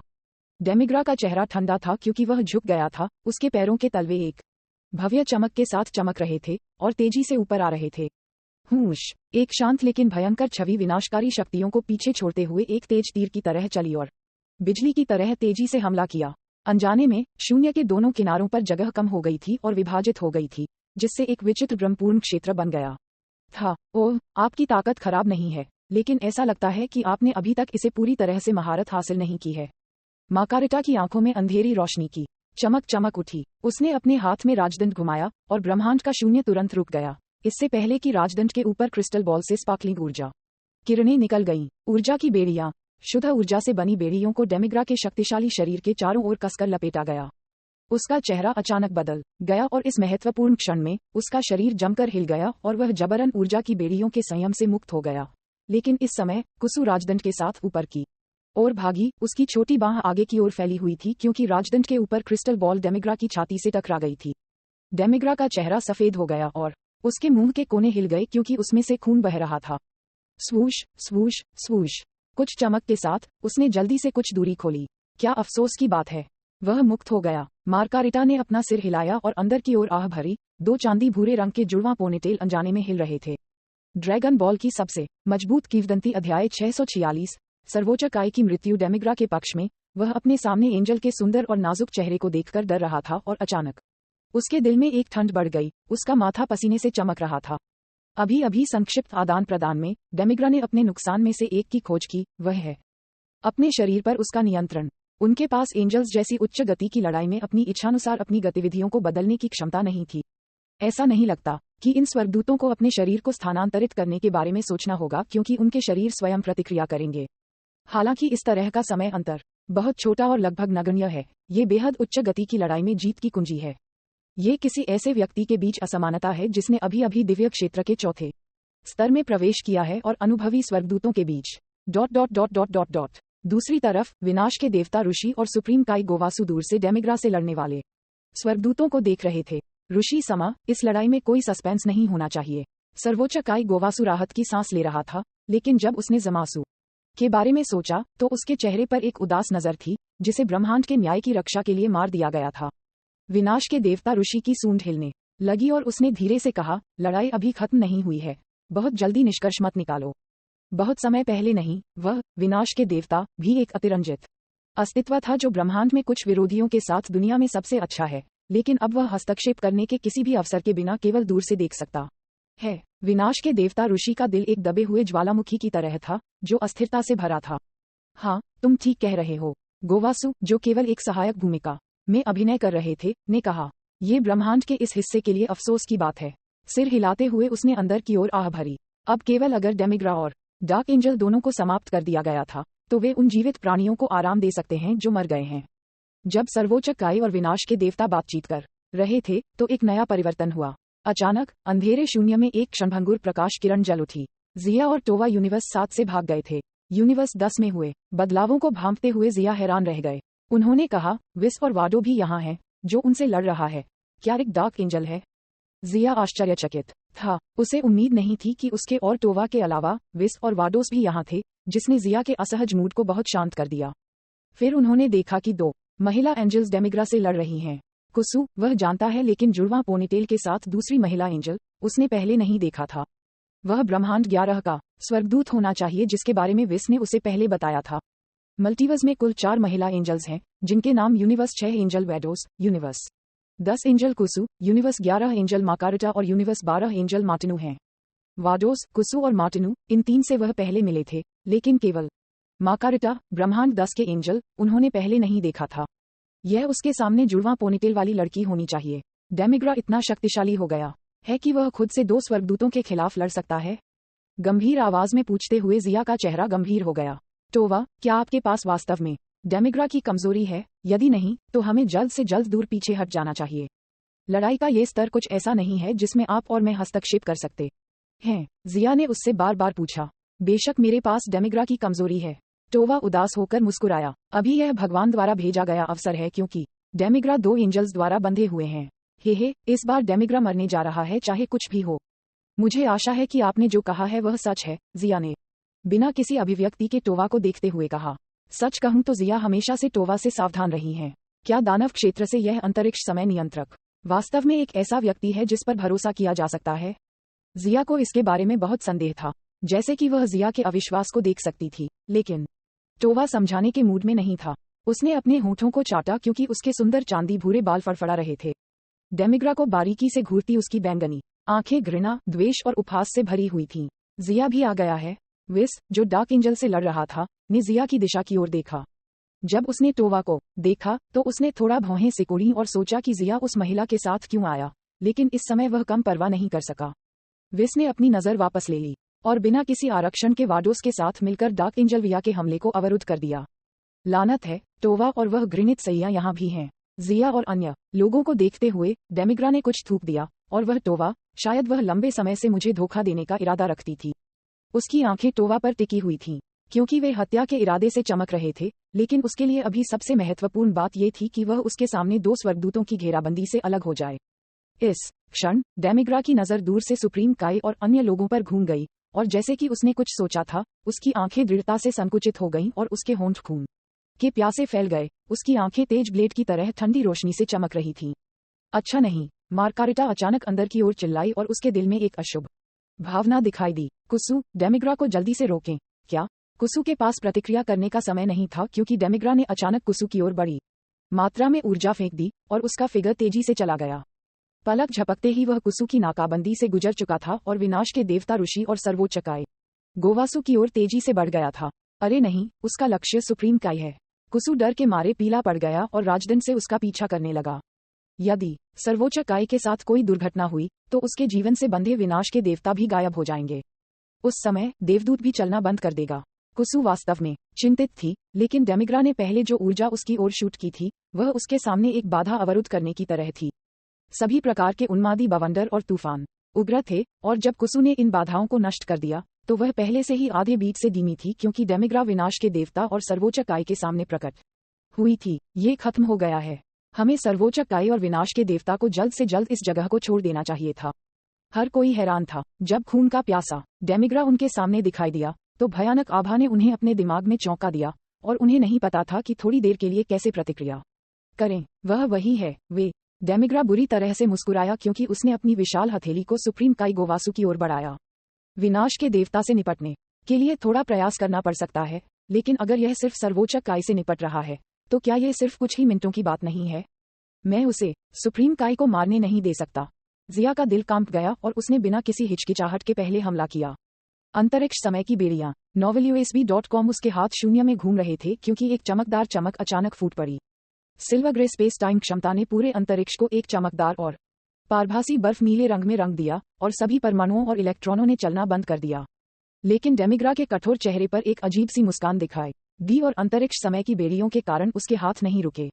अंतरिक्ष समय की बेड़ियों की शक्ति उसके खिलाफ अप्रभावी थी। बर्फ के नीले रंग की सीमित जगह में डेमिग्रा के हाथ भव्य चमक के साथ फूट पड़े और बढ़ती ऊर्जा एक मूसलाधार नदी की तरह बाहर निकल गई जो सुप्रीम काय और अन्य लोगों को निगल गई। जिया बहुत तेजी से आगे बढ़ गया था, लेकिन वह केवल डेमिग्रा से टैपियन को बचाने में सक्षम था और सुप्रीम काय गोवासु डेमिग्रा के हाथों में मर गया। रंबल, दुनिया ने दुख का रोना छोड़ दिया क्योंकि यह कांप रहा था। एक रक्त लाल प्रकाश ने पूरे ब्रह्मांड को कवर किया जैसे कि सृष्टि के भगवान की मृत्यु का विलाप कर रहा हो। अंडरवर्ल्ड, जीवितों की दुनिया और यहाँ तक कि काय की उच्च पवित्र दुनिया, सभी ने एक उदासी छोड़ दी। शिक्षक शियाया द्वारा रोके जाने पर तापियन दुख में चिल्लाया, वहां मत जाओ। जैसे ही सर्वोच्च काय गोवासु की मृत्यु हुई, विनाश के देवता ऋषि की आकृति भी धुंधली हो गई और उसका शरीर धीरे धीरे जीवन के संकेत खोने से पहले ऊपर से नीचे तक चमकदार और पारभासी बुलबुले में बदलना शुरू कर दिया। सर्वोच्च काय और विनाश के देवता के मरने के बाद वे पुनर्जीवित नहीं हो सकते। ऋषि समा लोली एंजल कुसु धीरे से संकट में बुदबुदाया क्योंकि उसके दिल में उदासी उमड़ रही थी। फिर उसका शरीर धीरे धीरे कठोर हो गया और उसकी सोच बंद होने लगी। एक उज्ज्वल प्रकाश के बाद वह रहस्यमय स्थान पर लौट आई और गहरी नींद में चली गई। विनाश के परमेश्वर की मृत्यु के बाद उनकी सेवा करने वाले स्वर्गदूत के शारीरिक कार्य बंद हो जाएंगे क्योंकि वे विनाश के अगले परमेश्वर के प्रकट होने की प्रतीक्षा करते हैं। हा, विनाश के देवता और ब्रह्मांड के दूत 10 दोनों गायब हो गए हैं। क्या तुम अब भी मेरे खिलाफ अकेले लड़ सकते हो? डेमिग्रा ने घमंड से मार्कारिटा को देखा। मार्कारिटा चुप थी और बात नहीं कर रही थी। वह वास्तव में अपने आप में बहुआयामी डेमिग्रा का मैच नहीं था, जबकि दूसरी तरफ विस और वाडोस खुद को दूर खींचने में सक्षम नहीं थे। ड्रैगन बॉल की सबसे मजबूत किंवदंती मूल रूप से मार्कारिटा और कुसु एक साथ काम करते समय डेमिग्रा को रोकने में पूरी तरह से सक्षम थे, लेकिन अब जब विनाश के देवता ऋषि की मृत्यु के कारण कुसु ने चलना बंद कर दिया है तो अकेले डेमिग्रा का सामना करने वाली मार्कारिटा ने तुरंत स्थिति को गंभीर बना दिया था। एक लंबी आह के साथ मार्कारिटा की स्पष्ट आवाज शून्य में गूंज उठी, सर्वोच्च काय को मारना और अप्रत्यक्ष रूप से विनाश के भगवान की मृत्यु का कारण बनना। आपकी वजह से यूनिवर्स 10 की कानून व्यवस्था पूरी तरह से ध्वस्त हो गई है। इतना बड़ा अपराध, यहाँ तक कि मैं भी आपकी बोल्डनेस से हैरान हूँ। हे वह, तुम मेरी चापलूसी करते हो। मैंने न केवल सुप्रीम काय को मार डाला बल्कि आपको भी मार दूंगा। स्वर्गदूत डेमिग्रा ने मुस्कुराते हुए कहा कि यह कहने के बाद अचानक गायब हो गया और फिर एक भूत की तरह मार्कारिटा के बगल में दिखाई दिया। उसका बड़ा रक्त लाल हाथ मार्कारिटा की ओर बढ़ गया। मार्कारिटा की खूबसूरत भौहें थोड़ी सिकुड़ गईं। वह लगातार शून्य में कुछ बार टैप करती रही और पीछे हटती रही। फिर उसने अपनी दोनों बाहों के साथ शून्य में कई चाप खींचे और अचानक उसके सामने एक ऊर्जा बाधा दिखाई दी। बैंग बैंग, novelUSB.com डेमिग्रा की मुट्ठियों ने चमकदार चमक के साथ बाधा को मारा। शून्य का विस्तार हुआ और वह सिकुड़ गया, जिससे भारी दबाव का सामना करना पड़ा। ऐसा लग रहा था कि यह किसी भी समय बिखर जाएगा। इस समय मार्कारिटा ने कुछ दूरी बनाई और बिना किसी हिचकिचाहट के उसकी कलाई से एक उज्ज्वल चमक उभरी और एक एंजल से संबंधित शक्तिशाली ताकत बाहर निकल गई। एक पवित्र और शक्तिशाली दबाव राजसी रूप से उठा और डेमिग्रा की ओर गोली मार दी। विडली रेडियंस, अनगिनत छोटी ऊर्जाएं अंधेरे शून्य में बड़े करीने से पंक्तिबद्ध होती हैं, सितारों की तरह चमकती हैं। वे अपनी दिशा मोड़ने और डेमिग्रा की ओर झाड़ू लगाने से पहले अंतहीन तारों वाले आकाश की पृष्ठभूमि में एक साथ इकट्ठा हुए। शुभकामनाएं, शुभकामनाएं, शुभकामनाएं।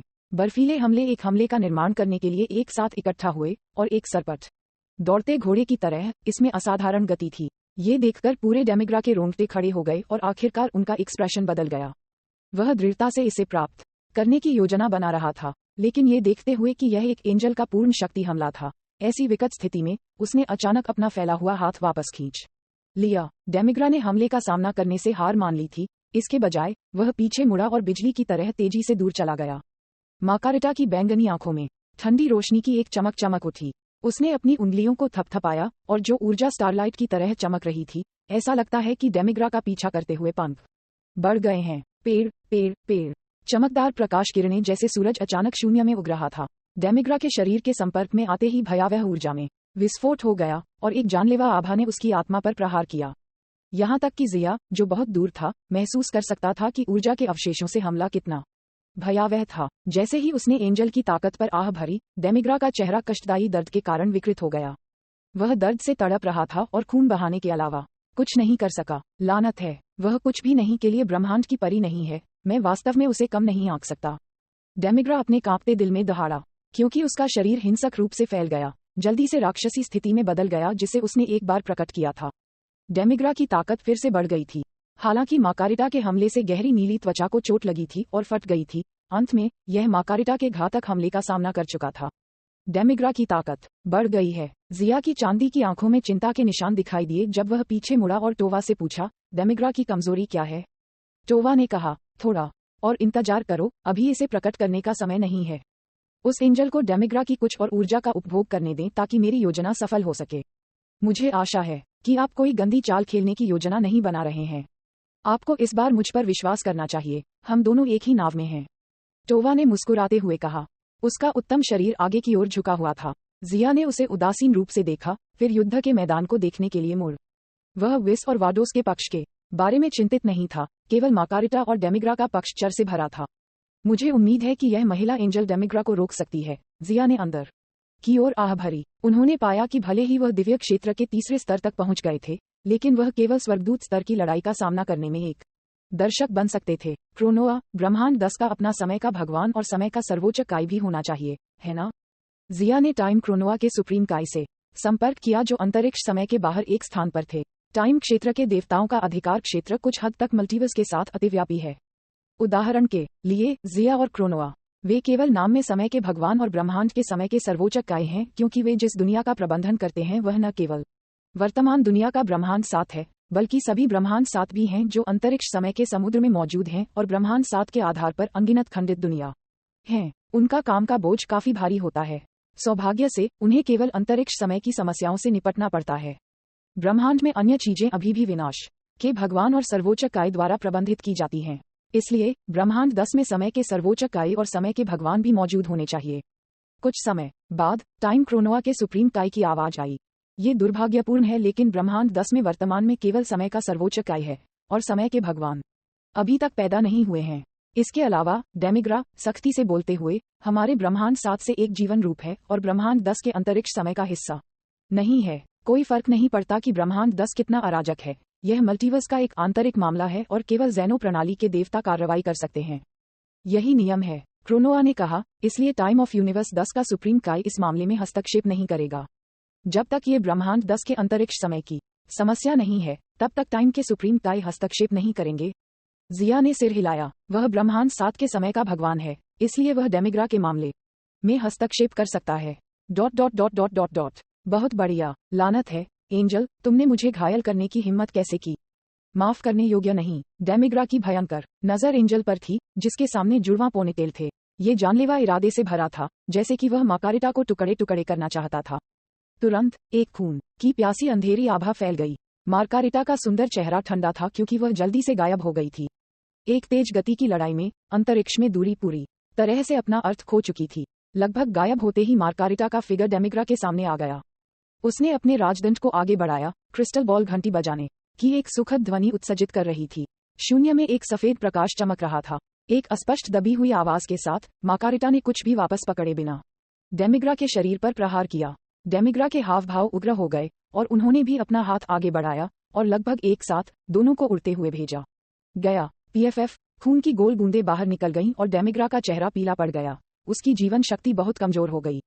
उसी समय मार्गारेटा का सुंदर चेहरा सूख गया और उसके मुंह के कोनों से खून फैल गया।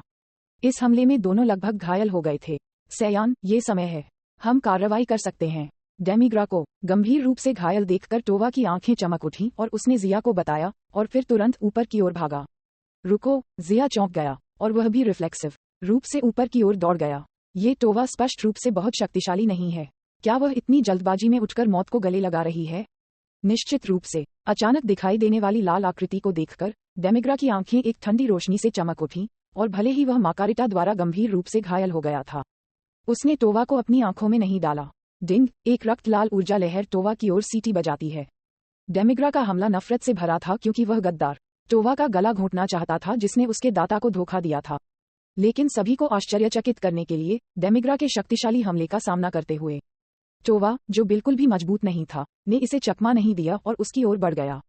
पागल, क्या वह मौत को गले लगा रही है? लगभग हर कोई यही सोचता था। रंबल, हिंसक विस्फोटों की एक श्रृंखला भड़क उठी और क्रिम्सन ऊर्जा एक विशाल आग के गोले में फैल गई, जिससे टोवा गर्म ऊर्जा की लपटों में डूब गया। हे बेवकूफ औरत, भले ही वह स्पष्ट रूप से जानती थी कि यह राक्षस देवता कितना भयावह है, वह मरने के लिए दौड़ पड़ी। डेमिग्रा ने हिकारत से कहा, लेकिन अचानक उसकी अभिव्यक्ति कठोर हो गई और एक मर्मज्ञ ठंड ने उसका मन कांपने लगा। पीएफएफ, उसके मुंह से खून का एक मुंह निकल गया। क्या हो रहा है? मैं घायल क्यों हुआ? डेमिग्रा अविश्वास में दहाड़ा। ये बहुत अजीब है। डेमिग्रा पर बिल्कुल भी हमला नहीं किया गया था, वह खून की उल्टी क्यों करेगा? अभी उन्हें जो चोटें आई हैं, वे जुड़वां पोनीटेल एंजल मार्गारेटा द्वारा उन्हें लगी चोटों से भी अधिक गंभीर हैं। हम्फ, डेमिग्रा, आपने इसके बारे में नहीं सोचा था, है ना? टोवा का कमजोर शरीर बीच हवा में तैर रहा था और उसके शरीर पर कोई जगह बरकरार नहीं थी। ये देखकर जिया ने उसे सहारा देने के लिए कदम बढ़ाया और आयामी अंतरिक्ष से एक सेंजू बीन निकाला और टोवा को इसे लेने दिया। लेकिन टोवा ने सिर्फ सेंजू बीन पर नजर डाली और सीधे मना कर दिया। टोवा के शब्दों को सुनकर डेमिग्रा का चेहरा भयंकर हो गया। तुमने चुपके से मेरे शरीर पर चोट का कारण बना? असंभव, भले ही आप एक स्पेस टाइम कंट्रोलर हो, आप मुझे चोट नहीं पहुंचा सकते। डेमिग्रा इसे समझ नहीं सका। वह बिना किसी कारण के घायल क्यों हो गया? आपको वास्तव में ऐसा नहीं करना चाहिए। पुनर्जीवित करने के लिए मीरा के शरीर का उपयोग करना। क्या आपको लगता है कि मुझे अब तक मीरा की पहचान के बारे में पता नहीं था? गलत है, मुझे सब कुछ पता था, जिसमें यह भी शामिल था कि मीरा आपके शरीर का एक हिस्सा है। मुझे पता है कि मीरा इतने सालों से मेरी पीठ पीछे क्या कर रही है। इसके अलावा उनमें से कई को मैंने जानबूझकर नजरअंदाज किया है। तेरे पुनरुत्थान की प्रक्रिया भी मेरी योजना में शामिल थी।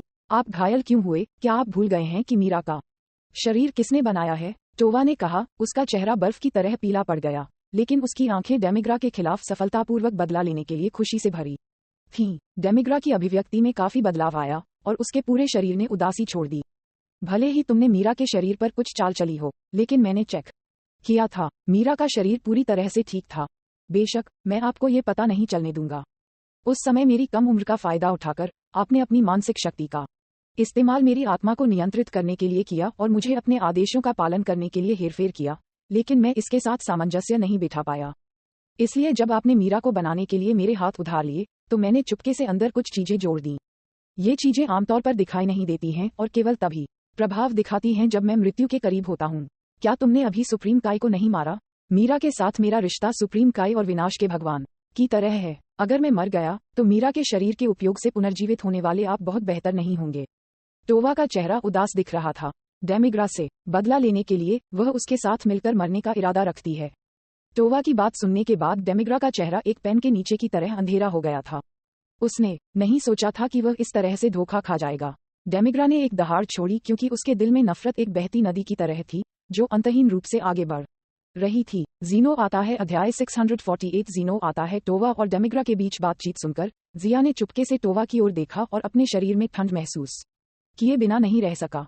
उसने वास्तव में उसे कम आंका था। ये औरत एक पागल है। उसे नियंत्रित करने के लिए, डेमिग्रा से बदला लेने के लिए, वह आपसी विनाश का सहारा भी ले सकती है। इसके अलावा ये योजना बहुत पहले से लागू है।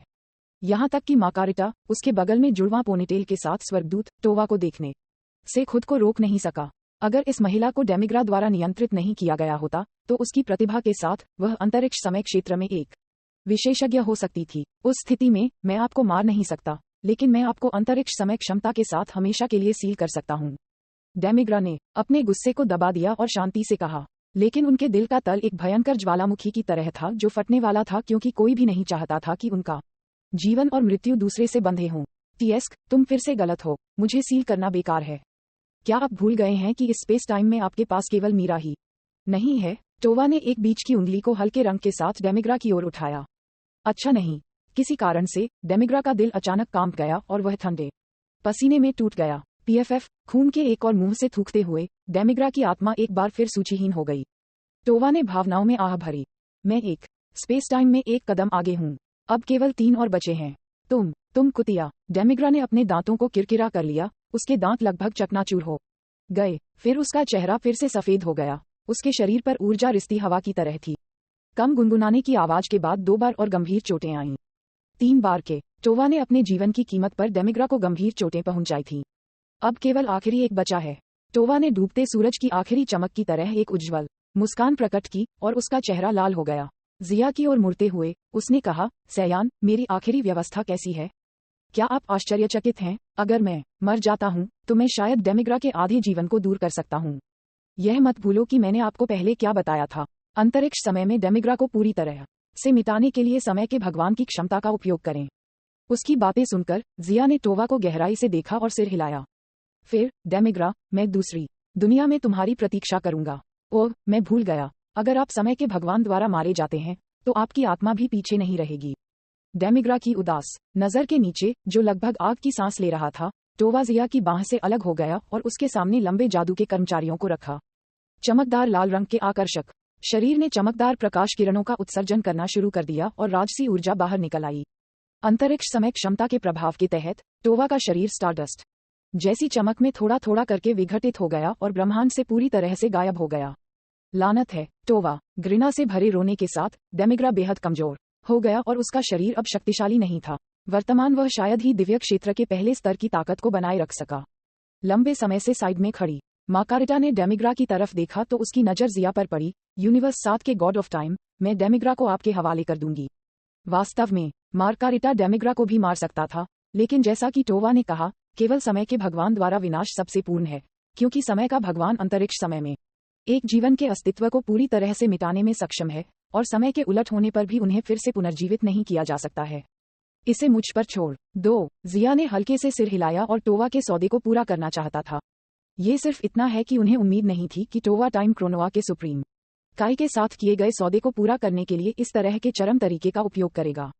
एक बार जब वह मर गई तो वह स्वाभाविक रूप से अंतरिक्ष समय के संचालन में हस्तक्षेप करना जारी रखने में सक्षम नहीं होगी। डेमिग्रा के सामने खड़े होकर जिया ने धीरे धीरे अपनी हथेली फैलाई। 2 उंगलियां तलवार में बन गईं और डेमिग्रा से उदासीन रूप से कहा, डेमिग्रा, आज तुम मेरे हाथों से नहीं बल्कि टोवा के हाथों से हार जाओगे। हा, अगर मुझे पता होता तो मैं टोवा को पुनरुत्थान वाहक के रूप में नहीं चुनता, डेमिग्रा ने निराश होते हुए कहा। केवल अब उसे एहसास हुआ कि उसने वास्तव में उसके द्वारा नियंत्रित कठपुतली को कम आंका। तो तुम मर सकते हो। जिया के हाथ एक सिल्वर ग्रे लाइट से चमक उठे और उसने धीरे से कहा, विलुप्त हो जाओ।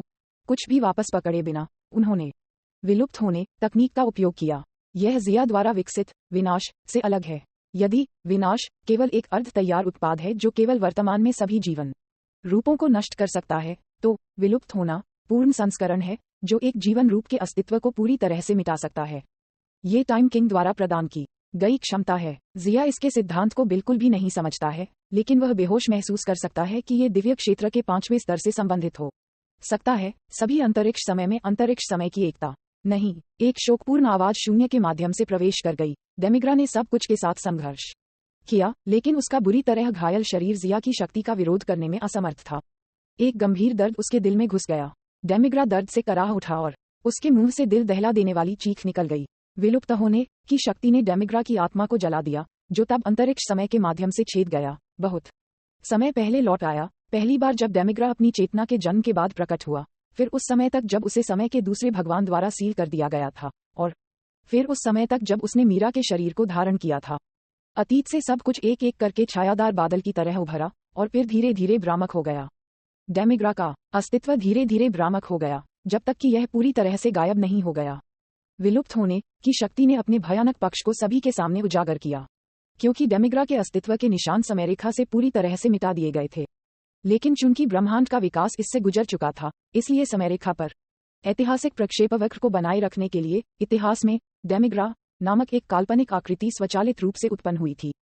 उसके पास कोई चेतना नहीं है और यह एक वास्तविक अस्तित्व भी नहीं था, केवल अतीत में डेमिग्रा ने जो किया था उसे सख्ती से पूरा कर रहा था।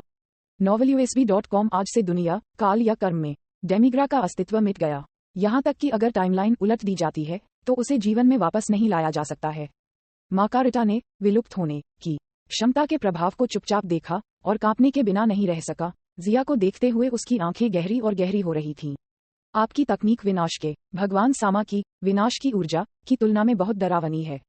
हाँ, जिया ने थोड़ा सिर हिलाया। विनाश के भगवान की विनाश की ऊर्जा केवल स्थानिक स्तर पर किसी व्यक्ति के जीवन और आत्मा को मिटा देती है, लेकिन विलुप्त होने में पूरी समयरेखा शामिल है।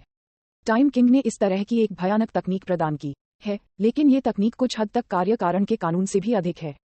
शायद मुझे इससे दिव्य क्षेत्र के 5वें स्तर पर भविष्य की प्रगति का सुराग मिल सकता है। जिया विलुप्त होने की शक्ति में डूब गया था, खुद को सोच रहा था। दूर से जिया के हाथों के नीचे डेमिग्रा को मरते हुए देखकर डार्क एंजल विया का चेहरा बदल गया। उसने जिया को डर के साथ देखा और कोसने से खुद को रोक नहीं सका। वह बेकार डेमिग्रा, इतनी बड़ी कमजोरी उसके अधीनस्थ के हाथों में थी। उसके साथ सहयोग करना एक गलती थी। ओह मेरे, तुम्हारा साथी मर गया लगता है, अब तुम क्या करोगे? विस की अभिव्यक्ति फिर से शांत हो गई। उसकी आंखें डार्क एंजल विया पर टिकी हुई थीं और उसके बगल में वाडोस अपने हाथ में एक राजदंड के साथ शून्य में खड़ा था। उसके दिमाग में अनगिनत विचार कौंध गए और डार्क एंजल विया अचानक इत्मीनान से मुस्कुराया। मैं इस बार हार गया, लेकिन ये कहना मुश्किल है कि अगली बार क्या होगा। नहीं, ये दुर्भाग्यपूर्ण है, लेकिन अगली बार ऐसा नहीं होगा। विस शांति से मुस्कुराया। उसकी आंखें दूसरी तरफ मुड़ गईं। क्या? डार्क एंजल विया ने भौहें सिकोड़ी और विस की नजर का पीछा करते हुए देखा कि वह कहाँ देख रहा था, लेकिन तुरंत हक्का बक्का रह गया। शून्य में, जो उनसे बहुत दूर नहीं था, गहरे लाल रंग की पृष्ठभूमि अचानक रंगीन रोशनी से जगमगा उठी थी और एक सुनहरा सिंहासन धीरे धीरे शून्य से उतर रहा था। क्या ये हो सकता है? आसमान से सुनहरी रोशनी को उतरते देख डार्क एंजल विया के होंठ कांप उठे और उसके दिमाग में ठंडक दौड़ गई। उसका शरीर अनियंत्रित रूप से कांप रहा था, क्योंकि ठंडे पसीने के मोती उसके माथे से नीचे बह रहे थे। ज़ेनो! डार्क एंजल विया ने अपने दांतों को किरकिरा किया और चिल्लाया। उसकी अभिव्यक्ति बेहद बदसूरत हो गई। आपका स्वागत है महान पुजारी और ज़ेनो समा। आपका स्वागत है महान पुजारी और ज़ेनो समा। पवित्र ज्योति के सुनहरे तेज को देखकर किनारे पर सम्मानपूर्वक खड़े वीस, विडोस और मार्गारेटा सुनहरे प्रकाश में आकृति की ओर झुके। सी 649 भोले लोग सबसे डरावने होते हैं। अध्याय 649 भोले लोग सबसे डरावने होते हैं। सुनहरी रोशनी से बचकानी आवाज आ रही थी। उस आवाज को सुनकर विस, वाडोस और मार्गारेटा और भी गंभीर लग रहे थे। उन्होंने अपने शरीर को सीधा किया और शून्य में ऊपर सुनहरे प्रकाश को गंभीरता से देखा। सुनहरी चमक के बीच 4 सिलहूट तेजी से स्पष्ट हो गए। ज़ेनो एक अर्धगोलाकार सिंहासन पर बैठा था, एक बच्चे की तरह अपने पैरों को हिला रहा था। अंडाकार आकार का चेहरा 3 खंडों में विभाजित था, जिसके बीच में नीला और दोनों तरफ बैंगनी रंग था, और उस पर तांबे के सिक्के जैसी आंखें सजी थीं, जो थोड़ी भोली लग रही थीं। उसने चारों ओर देखा, जैसे कि सब कुछ एक नवीनता थी।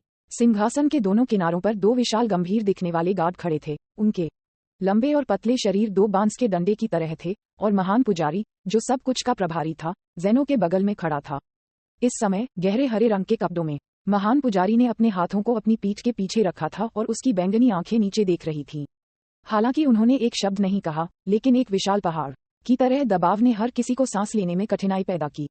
डार्क एंजल विया का चेहरा बदसूरत था। उसका काला चेहरा और उसकी थोड़ी कांपती हुई बाहें उसके बेचैन दिल को दर्शाती थीं।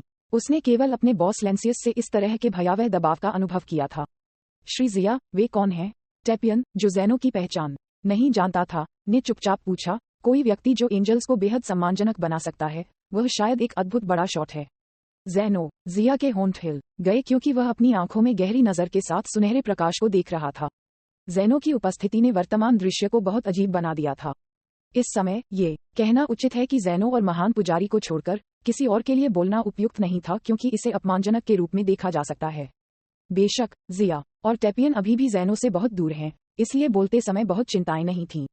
ज़ेनो मल्टीवर्स के शिखर पर खड़े भगवान हैं। ये कहा जा सकता है कि वह मल्टीवर्स की सीमा के भीतर एकमात्र सर्वोच्च शक्ति है।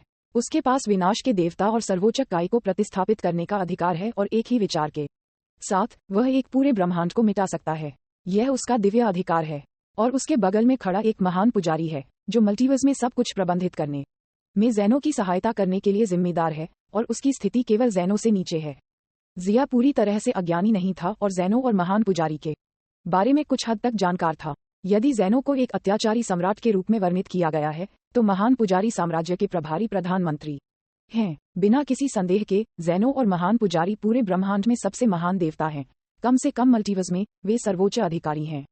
जिया को यकीन नहीं था कि ज़ेनो, टाइम किंग और ड्रैगन गॉड ज़लामा के बीच किसकी स्थिति अधिक या कम है, लेकिन महान पुजारी निश्चित रूप से समय क्षेत्र के महान स्वर्ग अधिकारी के बराबर है जो वह पहले मिला था। वैसे भी ज़ेनो और महान पुजारी जैसे देवता अभी भी इस समय उससे बहुत दूर हैं। एसएस, इतने महान भगवान, क्या हमारे लिए यहाँ खड़े होना ठीक है? तापियन ने महसूस किया कि उसके होंठ थोड़े सूखे थे। वह केवल एक प्रशिक्षु सुप्रीम काय था और इससे पहले भी वह केवल एक नश्वर था। सर्वोच्च काय और विनाश के देवता से मिलने का अवसर मिलना पहले से ही एक महान भाग्य है। ज़ेनो और महान पुजारी जैसे महान देवताओं से मिलना तो दूर की बात है। बिल्कुल नहीं, जिया ने जल्दी से विस की ओर उड़ान भरते हुए कहा। यद्यपि जिया अब समय क्षेत्र द्वारा सम्मानित ब्रह्मांड 7 का गॉड ऑफ टाइम है और सिद्धांत रूप में उसे ज़ेनो पर ध्यान देने की जरूरत नहीं है। उसकी जड़ें ब्रह्मांड 7 से हैं और ब्रह्मांड 7 ज़ेनो के अधिकार क्षेत्र में है। ज़ेनो को अपमानित करना उसके लिए अच्छा नहीं होगा।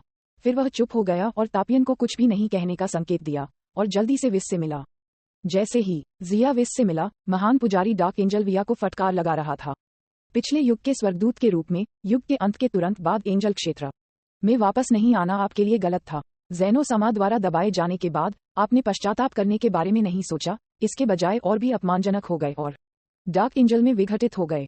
आपको लुभाने वाला कौन था? महान पुजारी की आवाज बहुत दयालु लग रही थी, लेकिन जब ये डार्क एंजल विया के कानों में प्रवेश किया तो इससे उसका मन गरजने और बिजली की तरह कांपने लगा। हफ, यह ज़ेनो का अस्तित्व है जो गलत है। इस तरह की कमी वाले आईक्यू वाले लोग ब्रह्मांड के प्रबंधन का महत्वपूर्ण कार्य कैसे कर सकते हैं? हम उसे स्वीकार नहीं करेंगे। डार्क एंजल विया ने अपना सिर उठाया और अनिच्छा से जवाब दिया। अपमानजनक। ज़ेनो के दोनों किनारों के अंगरक्षक चिल्लाए और तुरंत डार्क एंजल के सामने टेलीपोर्ट किया। धीरे से अपना हाथ उठाते हुए महान पुजारी ने अंगरक्षकों को रोक दिया और अफसोस से कहा, आपको उसे स्वीकार करने की कोई आवश्यकता नहीं है। ज़ेनो समा का अस्तित्व मल्टीवर्स की इच्छा और इस युग की पसंद की अभिव्यक्ति है। ज़ेनो समा पवित्र और महान है। चूंकि आपने समय का विरोध करना चुना है, भले ही आप एक स्वर्गदूत हों, मैं आपको नहीं छोड़ सकता। उन्होंने कहा, इतना कहने का क्या फायदा? अंत में आपको अभी भी ताकत पर भरोसा करना होगा। डार्क एंजल विया तिरस्कारपूर्ण लग रहा था, लेकिन ज़ेनो और महान पुजारी के सामने उसने भारी दबाव महसूस किया। अरे, तुम्हें लगता है कि मैं ऐसा नहीं करूंगा? ज़ेनो अचानक सिंहासन से नीचे कूद गया और शून्य में डार्क एंजल के पास तैरने लगा और अपने चेहरे पर एक बचकानी नजर के साथ विया से पूछा। ज़ेनो की हरकतों ने दोनों अंगरक्षकों को डरा दिया। वे जल्दी से ज़ेनो के बगल में दिखाई दिए, इस डर से कि ज़ेनो किसी दुर्घटना में शामिल हो सकता है। डार्क एंजल विया ने तिरस्कारपूर्वक कहा, ब्रह्मांड को नष्ट करने के अलावा आप और क्या कर सकते हैं? यदि यह स्वर्गदूतों की सहायता के लिए नहीं होता तो ब्रह्मांड बहुत पहले ही गड़बड़ में होता। ऐसा निकम्मे राजा क्यों होना चाहिए? तो यह इस तरह है, ज़ेनो ने बिना किसी भावना के धीमी आवाज में कहा। ज़ेनो समा को केवल ब्रह्मांड के भाग्य का प्रभारी होना चाहिए। उसके शब्दों पर ध्यान न दें। महान याजक ने उसे सांत्वना दी। फिर यूनिवर्स 10 में परेशानी पैदा करने के अपने ऋण की गणना करने का समय आ गया है। आपने सर्वोच्च काय को मार डाला और अब ब्रह्मांड 10 में सर्वोच्च काय और विनाश के देवता की कमी है। ये काफी संभावना है कि समस्याएं दिखाई देंगी। अरे, मैं तुम्हें अब और दबाना नहीं चाहता, तो आपको गायब हो जाना चाहिए। ज़ेनो की मासूम आवाज ने महान पुजारी के शब्दों को काट दिया, जैसे कि एक मामूली बात तय कर रहा हो। ज़ेनो की बात सुनकर वहां मौजूद सभी लोगों के पसीने छूट गए। ज़ेनो भोला और शुद्ध था, लेकिन विनाश के अलावा वह कुछ और नहीं समझता है। जिया ज़ेनो को ध्यान से देखने के अलावा कुछ नहीं कर सका। ये पहली बार है जब वह उच्च और शक्तिशाली ज़ेनो से मिले हैं। ये कल्पना करना मुश्किल है कि इस छोटे से शरीर में ऊर्जा है जो पूरे मल्टीवर्स को नष्ट कर सकती है। टाइम किंग की तुलना में ज़ेनो निश्चित रूप से पर्याप्त परिपक्व नहीं है, लेकिन उसकी बेजोड़ शक्तियां केवल लोगों को उसकी ओर देख सकती हैं। सीधे शब्दों में कहें, ज़ेनो मल्टीवर्स का प्रतिनिधित्व करता है। चूंकि ज़ेनो समा ने निर्णय लिया है, चलो ज़ेनो समा ने कहा है। महान पुजारी ने कंधे उचकाए और कोई आपत्ति नहीं की। महान पुजारी की जिम्मेदारी ब्रह्मांड के मामलों को संभालने में ज़ेनो की सहायता करना है, और ऐसे समय भी होते हैं जब वह एक नानी की तरह होता है। ठीक है, गायब हो जाओ। ज़ेनो ने अपनी हथेली फैला दी और सभी ने चमकदार चमक के कारण अपनी आंखें बंद कर लीं। लगभग एक पल में डार्क एंजल विया को चीखने का मौका भी नहीं मिला और उसका शरीर धीरे धीरे भ्रामक होने लगा और फिर इसे इरेज की शक्ति से पाउडर में कुचल दिया गया। ठीक है, वह गायब हो गया है। सब कुछ चमकदार बिंदुओं में बदल रहा है। ज़ेनो ने अपने हाथों से ताली बजाई, बहुत खुश दिख रहा था। महान पुजारी ने उसे साइड से याद दिलाया, ज़ेनो समा, आपको फिर से ब्रह्मांड 10 में सर्वोच्च काई और विनाश के देवता को स्थापित करना होगा, अन्यथा यह अराजक हो जाएगा। सच में सुप्रीम काया, क्या आप में से कोई सर्वोच्च काई बनना चाहता है? वाडोस और अन्य लोगों ने अपना सिर हिलाया, लेकिन अन्य ब्रह्मांडों के स्वर्गदूतों के रूप में ब्रह्मांड 10 के मामलों में हस्तक्षेप करने की कोई आवश्यकता नहीं है। इस समय महान पुजारी जिया के बगल में तापियन को देखने के लिए मुड़ा और उसकी गहन आंखें पूरी तरह से टैपियन के अतीत के माध्यम से देखीं। उसने सिर हिलाया और ज़ेनो से कहा, ज़ेनो सामा, ये तापियन ब्रह्मांड 10 के पूर्व सर्वोच्च काई का शिष्य है। हालांकि वर्तमान में वह केवल एक प्रशिक्षु सुप्रीम काई है, वह यूनिवर्स 10 के सुप्रीम काई के रूप में काम कर सकता है।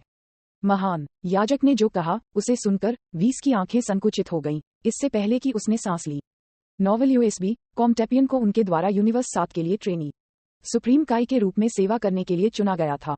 अब जब महान पुजारी ने यह प्रस्तावित किया है तो मुझे डर है कि उसे ब्रह्मांड 10 में खींच लिया जाएगा। निश्चित रूप से महान पुजारी ने जो कहा उसे सुनने के बाद ज़ेनो ने खुशी से ताली बजाई। तब तुम सर्वोच्च काई बनोगे। यह टैपियन अप्रत्याशित उपहार से दंग रह गया, पूरी तरह से नुकसान पर।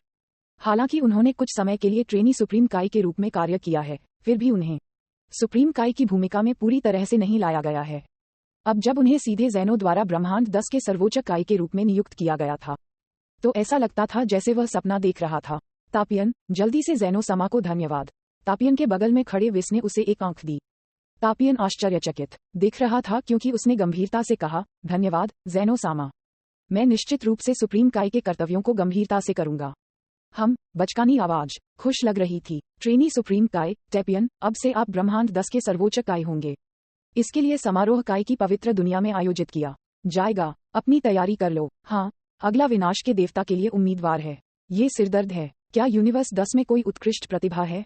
सी 650 चुप रहो, क्या तुम दोनों गायब होना चाहते हो? अध्याय 650 चुप रहो, क्या तुम दोनों गायब होना चाहते हो? विनाश के देवता का चयन करना बहुत महत्वपूर्ण है। सर्वोच्च काई का चयन करते समय आप उनकी ताकत को अनदेखा कर सकते हैं, क्योंकि सर्वोच्च काई निर्माण के लिए जिम्मेदार देवता हैं और उन्हें खुद को बहुत शक्तिशाली होने की आवश्यकता नहीं है। लेकिन विनाश के भगवान नहीं कर सकते क्योंकि वे ब्रह्मांड में हत्या और विनाश के प्रभारी हैं। विनाश के भगवान की महिमा और ब्रह्मांड की व्यवस्था को बनाए रखने के लिए शक्तिशाली शक्ति आवश्यक है। इसलिए विनाश के परमेश्वर के लिए प्रारंभिक उम्मीदवारों को दिव्य क्षेत्र के करीब होना चाहिए, ताकि वे स्वर्गदूतों के मार्गदर्शन में विनाश के योग्य परमेश्वर के रूप में जल्दी से विकसित हो सकें। खैर, यह विकास अवधि दसियों हजार साल हो सकती है। इसके अलावा, क्योंकि वे विनाश के प्रभारी हैं, विनाश के परमेश्वर के उम्मीदवार को शांत और निर्दयी होना चाहिए। यदि वे अनिश्चित हैं, तो वे अनिवार्य रूप से इस जिम्मेदारी को पूरी तरह से ग्रहण करने में सक्षम नहीं होंगे। यूनिवर्स 10 के एंजल कुसु के साथ सबसे अच्छा रिश्ता रखने वाले वाडोस यूनिवर्स 10 की स्थिति को समझते हैं। उसने अपना सिर हिलाया और कहा, दुर्भाग्य से ब्रह्मांड 10 में वर्तमान में विनाश के भगवान के लिए कोई उपयुक्त उम्मीदवार नहीं है। फिर हम उन्हें केवल अन्य ब्रह्मांडों से स्थानांतरित कर सकते हैं। महान पुजारी ने अपना सिर हिलाया। ब्रह्मांड में फैले विनाश के भगवान बनना शायद ही कभी होता है, लेकिन ऐसा नहीं है कि यह मौजूद नहीं है। केवल जब एक उपयुक्त उम्मीदवार एक ब्रह्मांड में नहीं पाया जाता है तो उन्हें अन्य ब्रह्मांडों से स्थानांतरित किया जाएगा। उदाहरण के लिए, ब्रह्मांड 6 के विनाश के देवता चंपा और ब्रह्मांड 7 के विनाश के देवता बीरस जुड़वा भाई हैं, लेकिन वे दो अलग अलग ब्रह्मांडों के विनाश के देवता के रूप में कार्य करते हैं। अरे, आप इस व्यक्ति के बारे में क्या सोचते हैं? ज़ेनो ने अचानक जिया की ओर अपनी नजर डाली। उसकी आंखें चमक उठीं। जिया हैरान था, मुझे इस मामले में क्यों घसीटा गया? महान पुजारी अपना सिर हिलाने से पहले एक पल के लिए चकित था। ये काम नहीं करेगा। वह समय क्षेत्र का समय का भगवान है और मल्टीवर्स के अधिकार क्षेत्र में नहीं है। इसके अलावा उसके शरीर के भीतर ड्रैगन क्षेत्र की शक्ति है, इसलिए उसकी पहचान काफी जटिल है। ये वास्तव में काम नहीं करेगा। ज़ेनो ने अनिश्चितता के साथ पूछा। अगर ज़ेनो समा तैयार है तो यह असंभव नहीं है, लेकिन आपको टाइम किंग समा से पूछने की जरूरत है। महान याजक ने विस्मयकारी ढंग से कहा। टाइम किंग, ये नाम सुनते ही ज़ेनो चीख पड़ा। उसकी अभिव्यक्ति थोड़ी चकित थी, जैसे कि वह टाइम किंग से बहुत डरता था। थोड़ी देर सोचने के बाद ज़ेनो ने अपना मन बना लिया और कहा, परेशान मत हो। यह वह है, क्या समय के परमेश्वर का विनाश के परमेश्वर के रूप में सेवा करना दिलचस्प नहीं है? ये दिलचस्प होगा, है ना? आप जाकर टाइम किंग से इस बारे में बात कर सकते हैं। समझ गया। महान पुजारी ने सम्मानपूर्वक सिर झुकाया। फिर वह एक मुस्कान के साथ जिया को देखने के लिए मुड़ा और कहा, समय के भगवान। जिया, ज़ैनो सामा चाहता है कि आप ब्रह्मांड के विनाश के भगवान बने। 10 मुझे आश्चर्य है कि क्या आप तैयार हैं? मैं विनाश का देवता बन रहा हूँ। जिया को संदेह था कि क्या उसने गलत सुना था। उसकी पहचान समय क्षेत्र के समय के परमेश्वर की है और उसका घरेलू पंजीकरण पहले से ही समय क्षेत्र में है। वह अभी भी मल्टीवर्स के विनाश के परमेश्वर के रूप में कैसे सेवा कर सकता है? और भी विनाश के देवता का जीवन सर्वोच्च काय से बंधा होगा, जिसे जिया स्वीकार करने के लिए तैयार नहीं है, चाहे जो भी हो। क्षमा करें, विनाश के भगवान का पद ग्रहण करने का मेरा कोई इरादा नहीं है। जिया ने अपना सिर हिलाया और महान पुजारी को मना कर दिया। अपमानजनक, आपने ज़ैनो समा के आदेश को अस्वीकार करने की हिम्मत कैसे की? जिया के इनकार को सुनकर ज़ैनो के अलावा 2 अंगरक्षक चिल्लाए। बिना नहीं रह सके। उनकी भयंकर आंखें जिया पर टिकी हुई थीं, जैसे कि उसने ज़ैनो सामा से इनकार करना एक अक्षम्य गलती थी। जिया को पीछे नहीं हटना था और दोनों अंगरक्षकों को घूरना था। चुप रहो, क्या तुम दोनों गायब होना चाहते हो? ज़ैनो ने दोनों अंगरक्षकों को बुरी तरह डांटा और जिया के सामने तैरने लगा।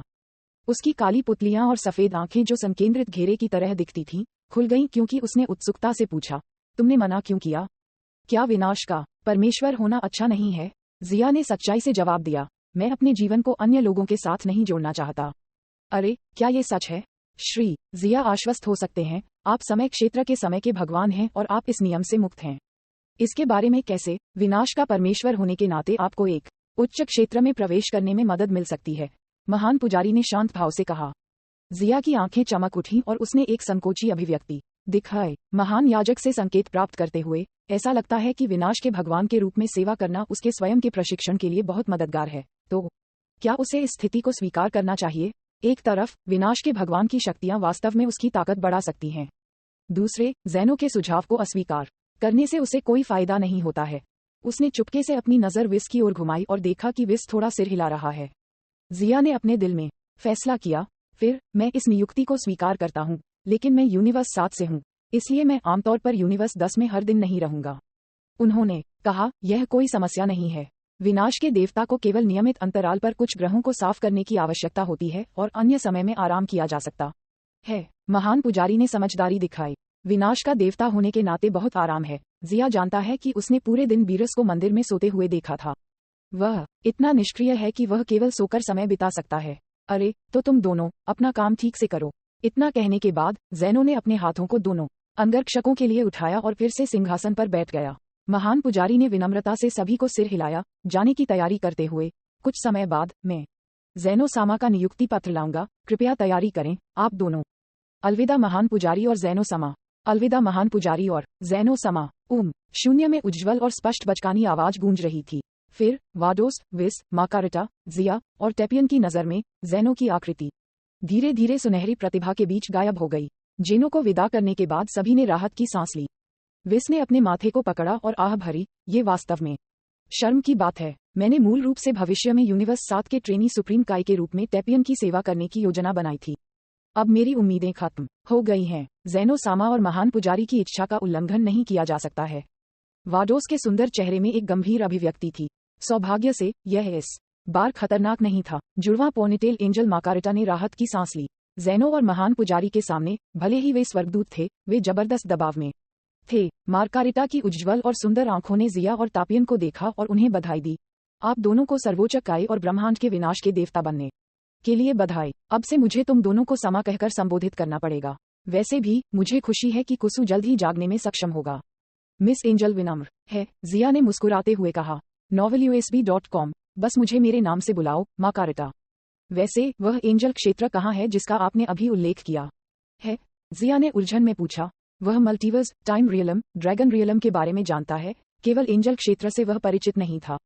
विस ने समझाया, स्वर्गदूत क्षेत्र वह जगह है जहां स्वर्गदूत पैदा होते हैं और लौटते हैं। जब एक युग शुरू होता है तो उस युग से संबंधित स्वर्गदूतों का एक समूह एंजल क्षेत्र में पैदा होगा और उन्हें युग के अंत तक दुनिया के संतुलन को बनाए रखने के लिए सौंपा जाएगा, जिसके बाद वे वापस चले जाएंगे। ये डार्क एंजल्स का अंतिम समूह है। मुझे नहीं पता कि उन्होंने युग के अंत में एंजल क्षेत्र में लौटने से इनकार कर दिया और यहाँ तक कि डार्क एंजल में भी बदल गए। जिया ने सिर हिलाया। यह एंजल क्षेत्र सभी दुनिया के ऊपरी स्तर के बराबर है और यह वह जगह है जहाँ स्वर्गदूतों को उनके कार्य सौंपे जाते हैं। इसलिए एंजल रियलम को ज़ैनो की तुलना में उच्च दर्जा लगता है। आखिरकार ज़ैनो सिर्फ इस युग का राजा है और वह युग समाप्त होने के साथ गायब हो जाएगा। दूसरे शब्दों में, ज़ेनो स्वयं एक युग का प्रतिनिधित्व करता है। तो ऐसा नहीं है कि ज़ेनो एक युग के अंत के साथ गायब हो जाता है, बल्कि युग ज़ेनो के निधन के साथ समाप्त होता है। जिया के पास अभी भी इन सभी को जानने का कोई तरीका नहीं है। चलो पहले इस ब्रह्मांड की पवित्र दुनिया में चलते हैं। हो सकता है कि महान पुजारी जल्द ही ज़ेनो समा का नियुक्ति पत्र लाएगा। वाडोस ने अपने आसपास की गंदगी को देखा और उदासीन रूप से कहा। सभी ने सिर हिलाया और फिर एक रंगीन चमक के बीच ब्रह्मांड 10 में काई की पवित्र दुनिया में लौट आए। विशाल प्रतीक के पीछे विशाल सुप्रीम काई महल बदल गया था। सुप्रीम काई गोवासु के गायब होने के साथ गोवासु के काल से संबंधित सब कुछ गायब हो गया था। जिया ने आह भरी। सर्वोच्च काई गोवासु पुराने सर्वोच्च काई की पीढ़ी से संबंधित थे। उन्होंने अनगिनत वर्षों तक सर्वोच्च काई के रूप में सेवा की थी, लेकिन अपने युग के सर्वोच्च काई की तरह वह अंततः समय के बीच पूरी तरह से गायब हो गए। काई की पवित्र दुनिया पर थोड़ी देर के लिए चैट करने के बाद वाडोस और माकारिटा प्रत्येक अपने स्वयं के ब्रह्मांड में लौट आए। वे कुसु के मदद के अनुरोध को प्राप्त करने के बाद यहाँ आए थे। अभी भी उनके ब्रह्मांड में निपटने के लिए कई चीजें इंतजार कर रही हैं। केवल विस यूनिवर्स 10 में रहा, क्योंकि उसके पास करने के लिए कुछ भी नहीं था। उनके शब्द थे, बीरस समा सो रहा है और एंजल्स ब्रह्मांड के मामलों में शामिल नहीं हो सकते हैं, इसलिए यह वही है कि मैं ब्रह्मांड 7 में हूँ या नहीं। ये सुनकर जिया अवाक रह गया। ऐसे ही 4 साधारण दिन बीत गए। इस दिन काई की पवित्र दुनिया के ऊपर आकाश अचानक एक चमकदार रोशनी से जगमगा उठा और फिर काई की पवित्र दुनिया पर एक पवित्र सुनहरी रोशनी उतरी। जिया और तापियन की अभिव्यक्ति गंभीर हो गई, ये जानते हुए कि महान पुजारी ज़ेनो के आदेशों के साथ आया था।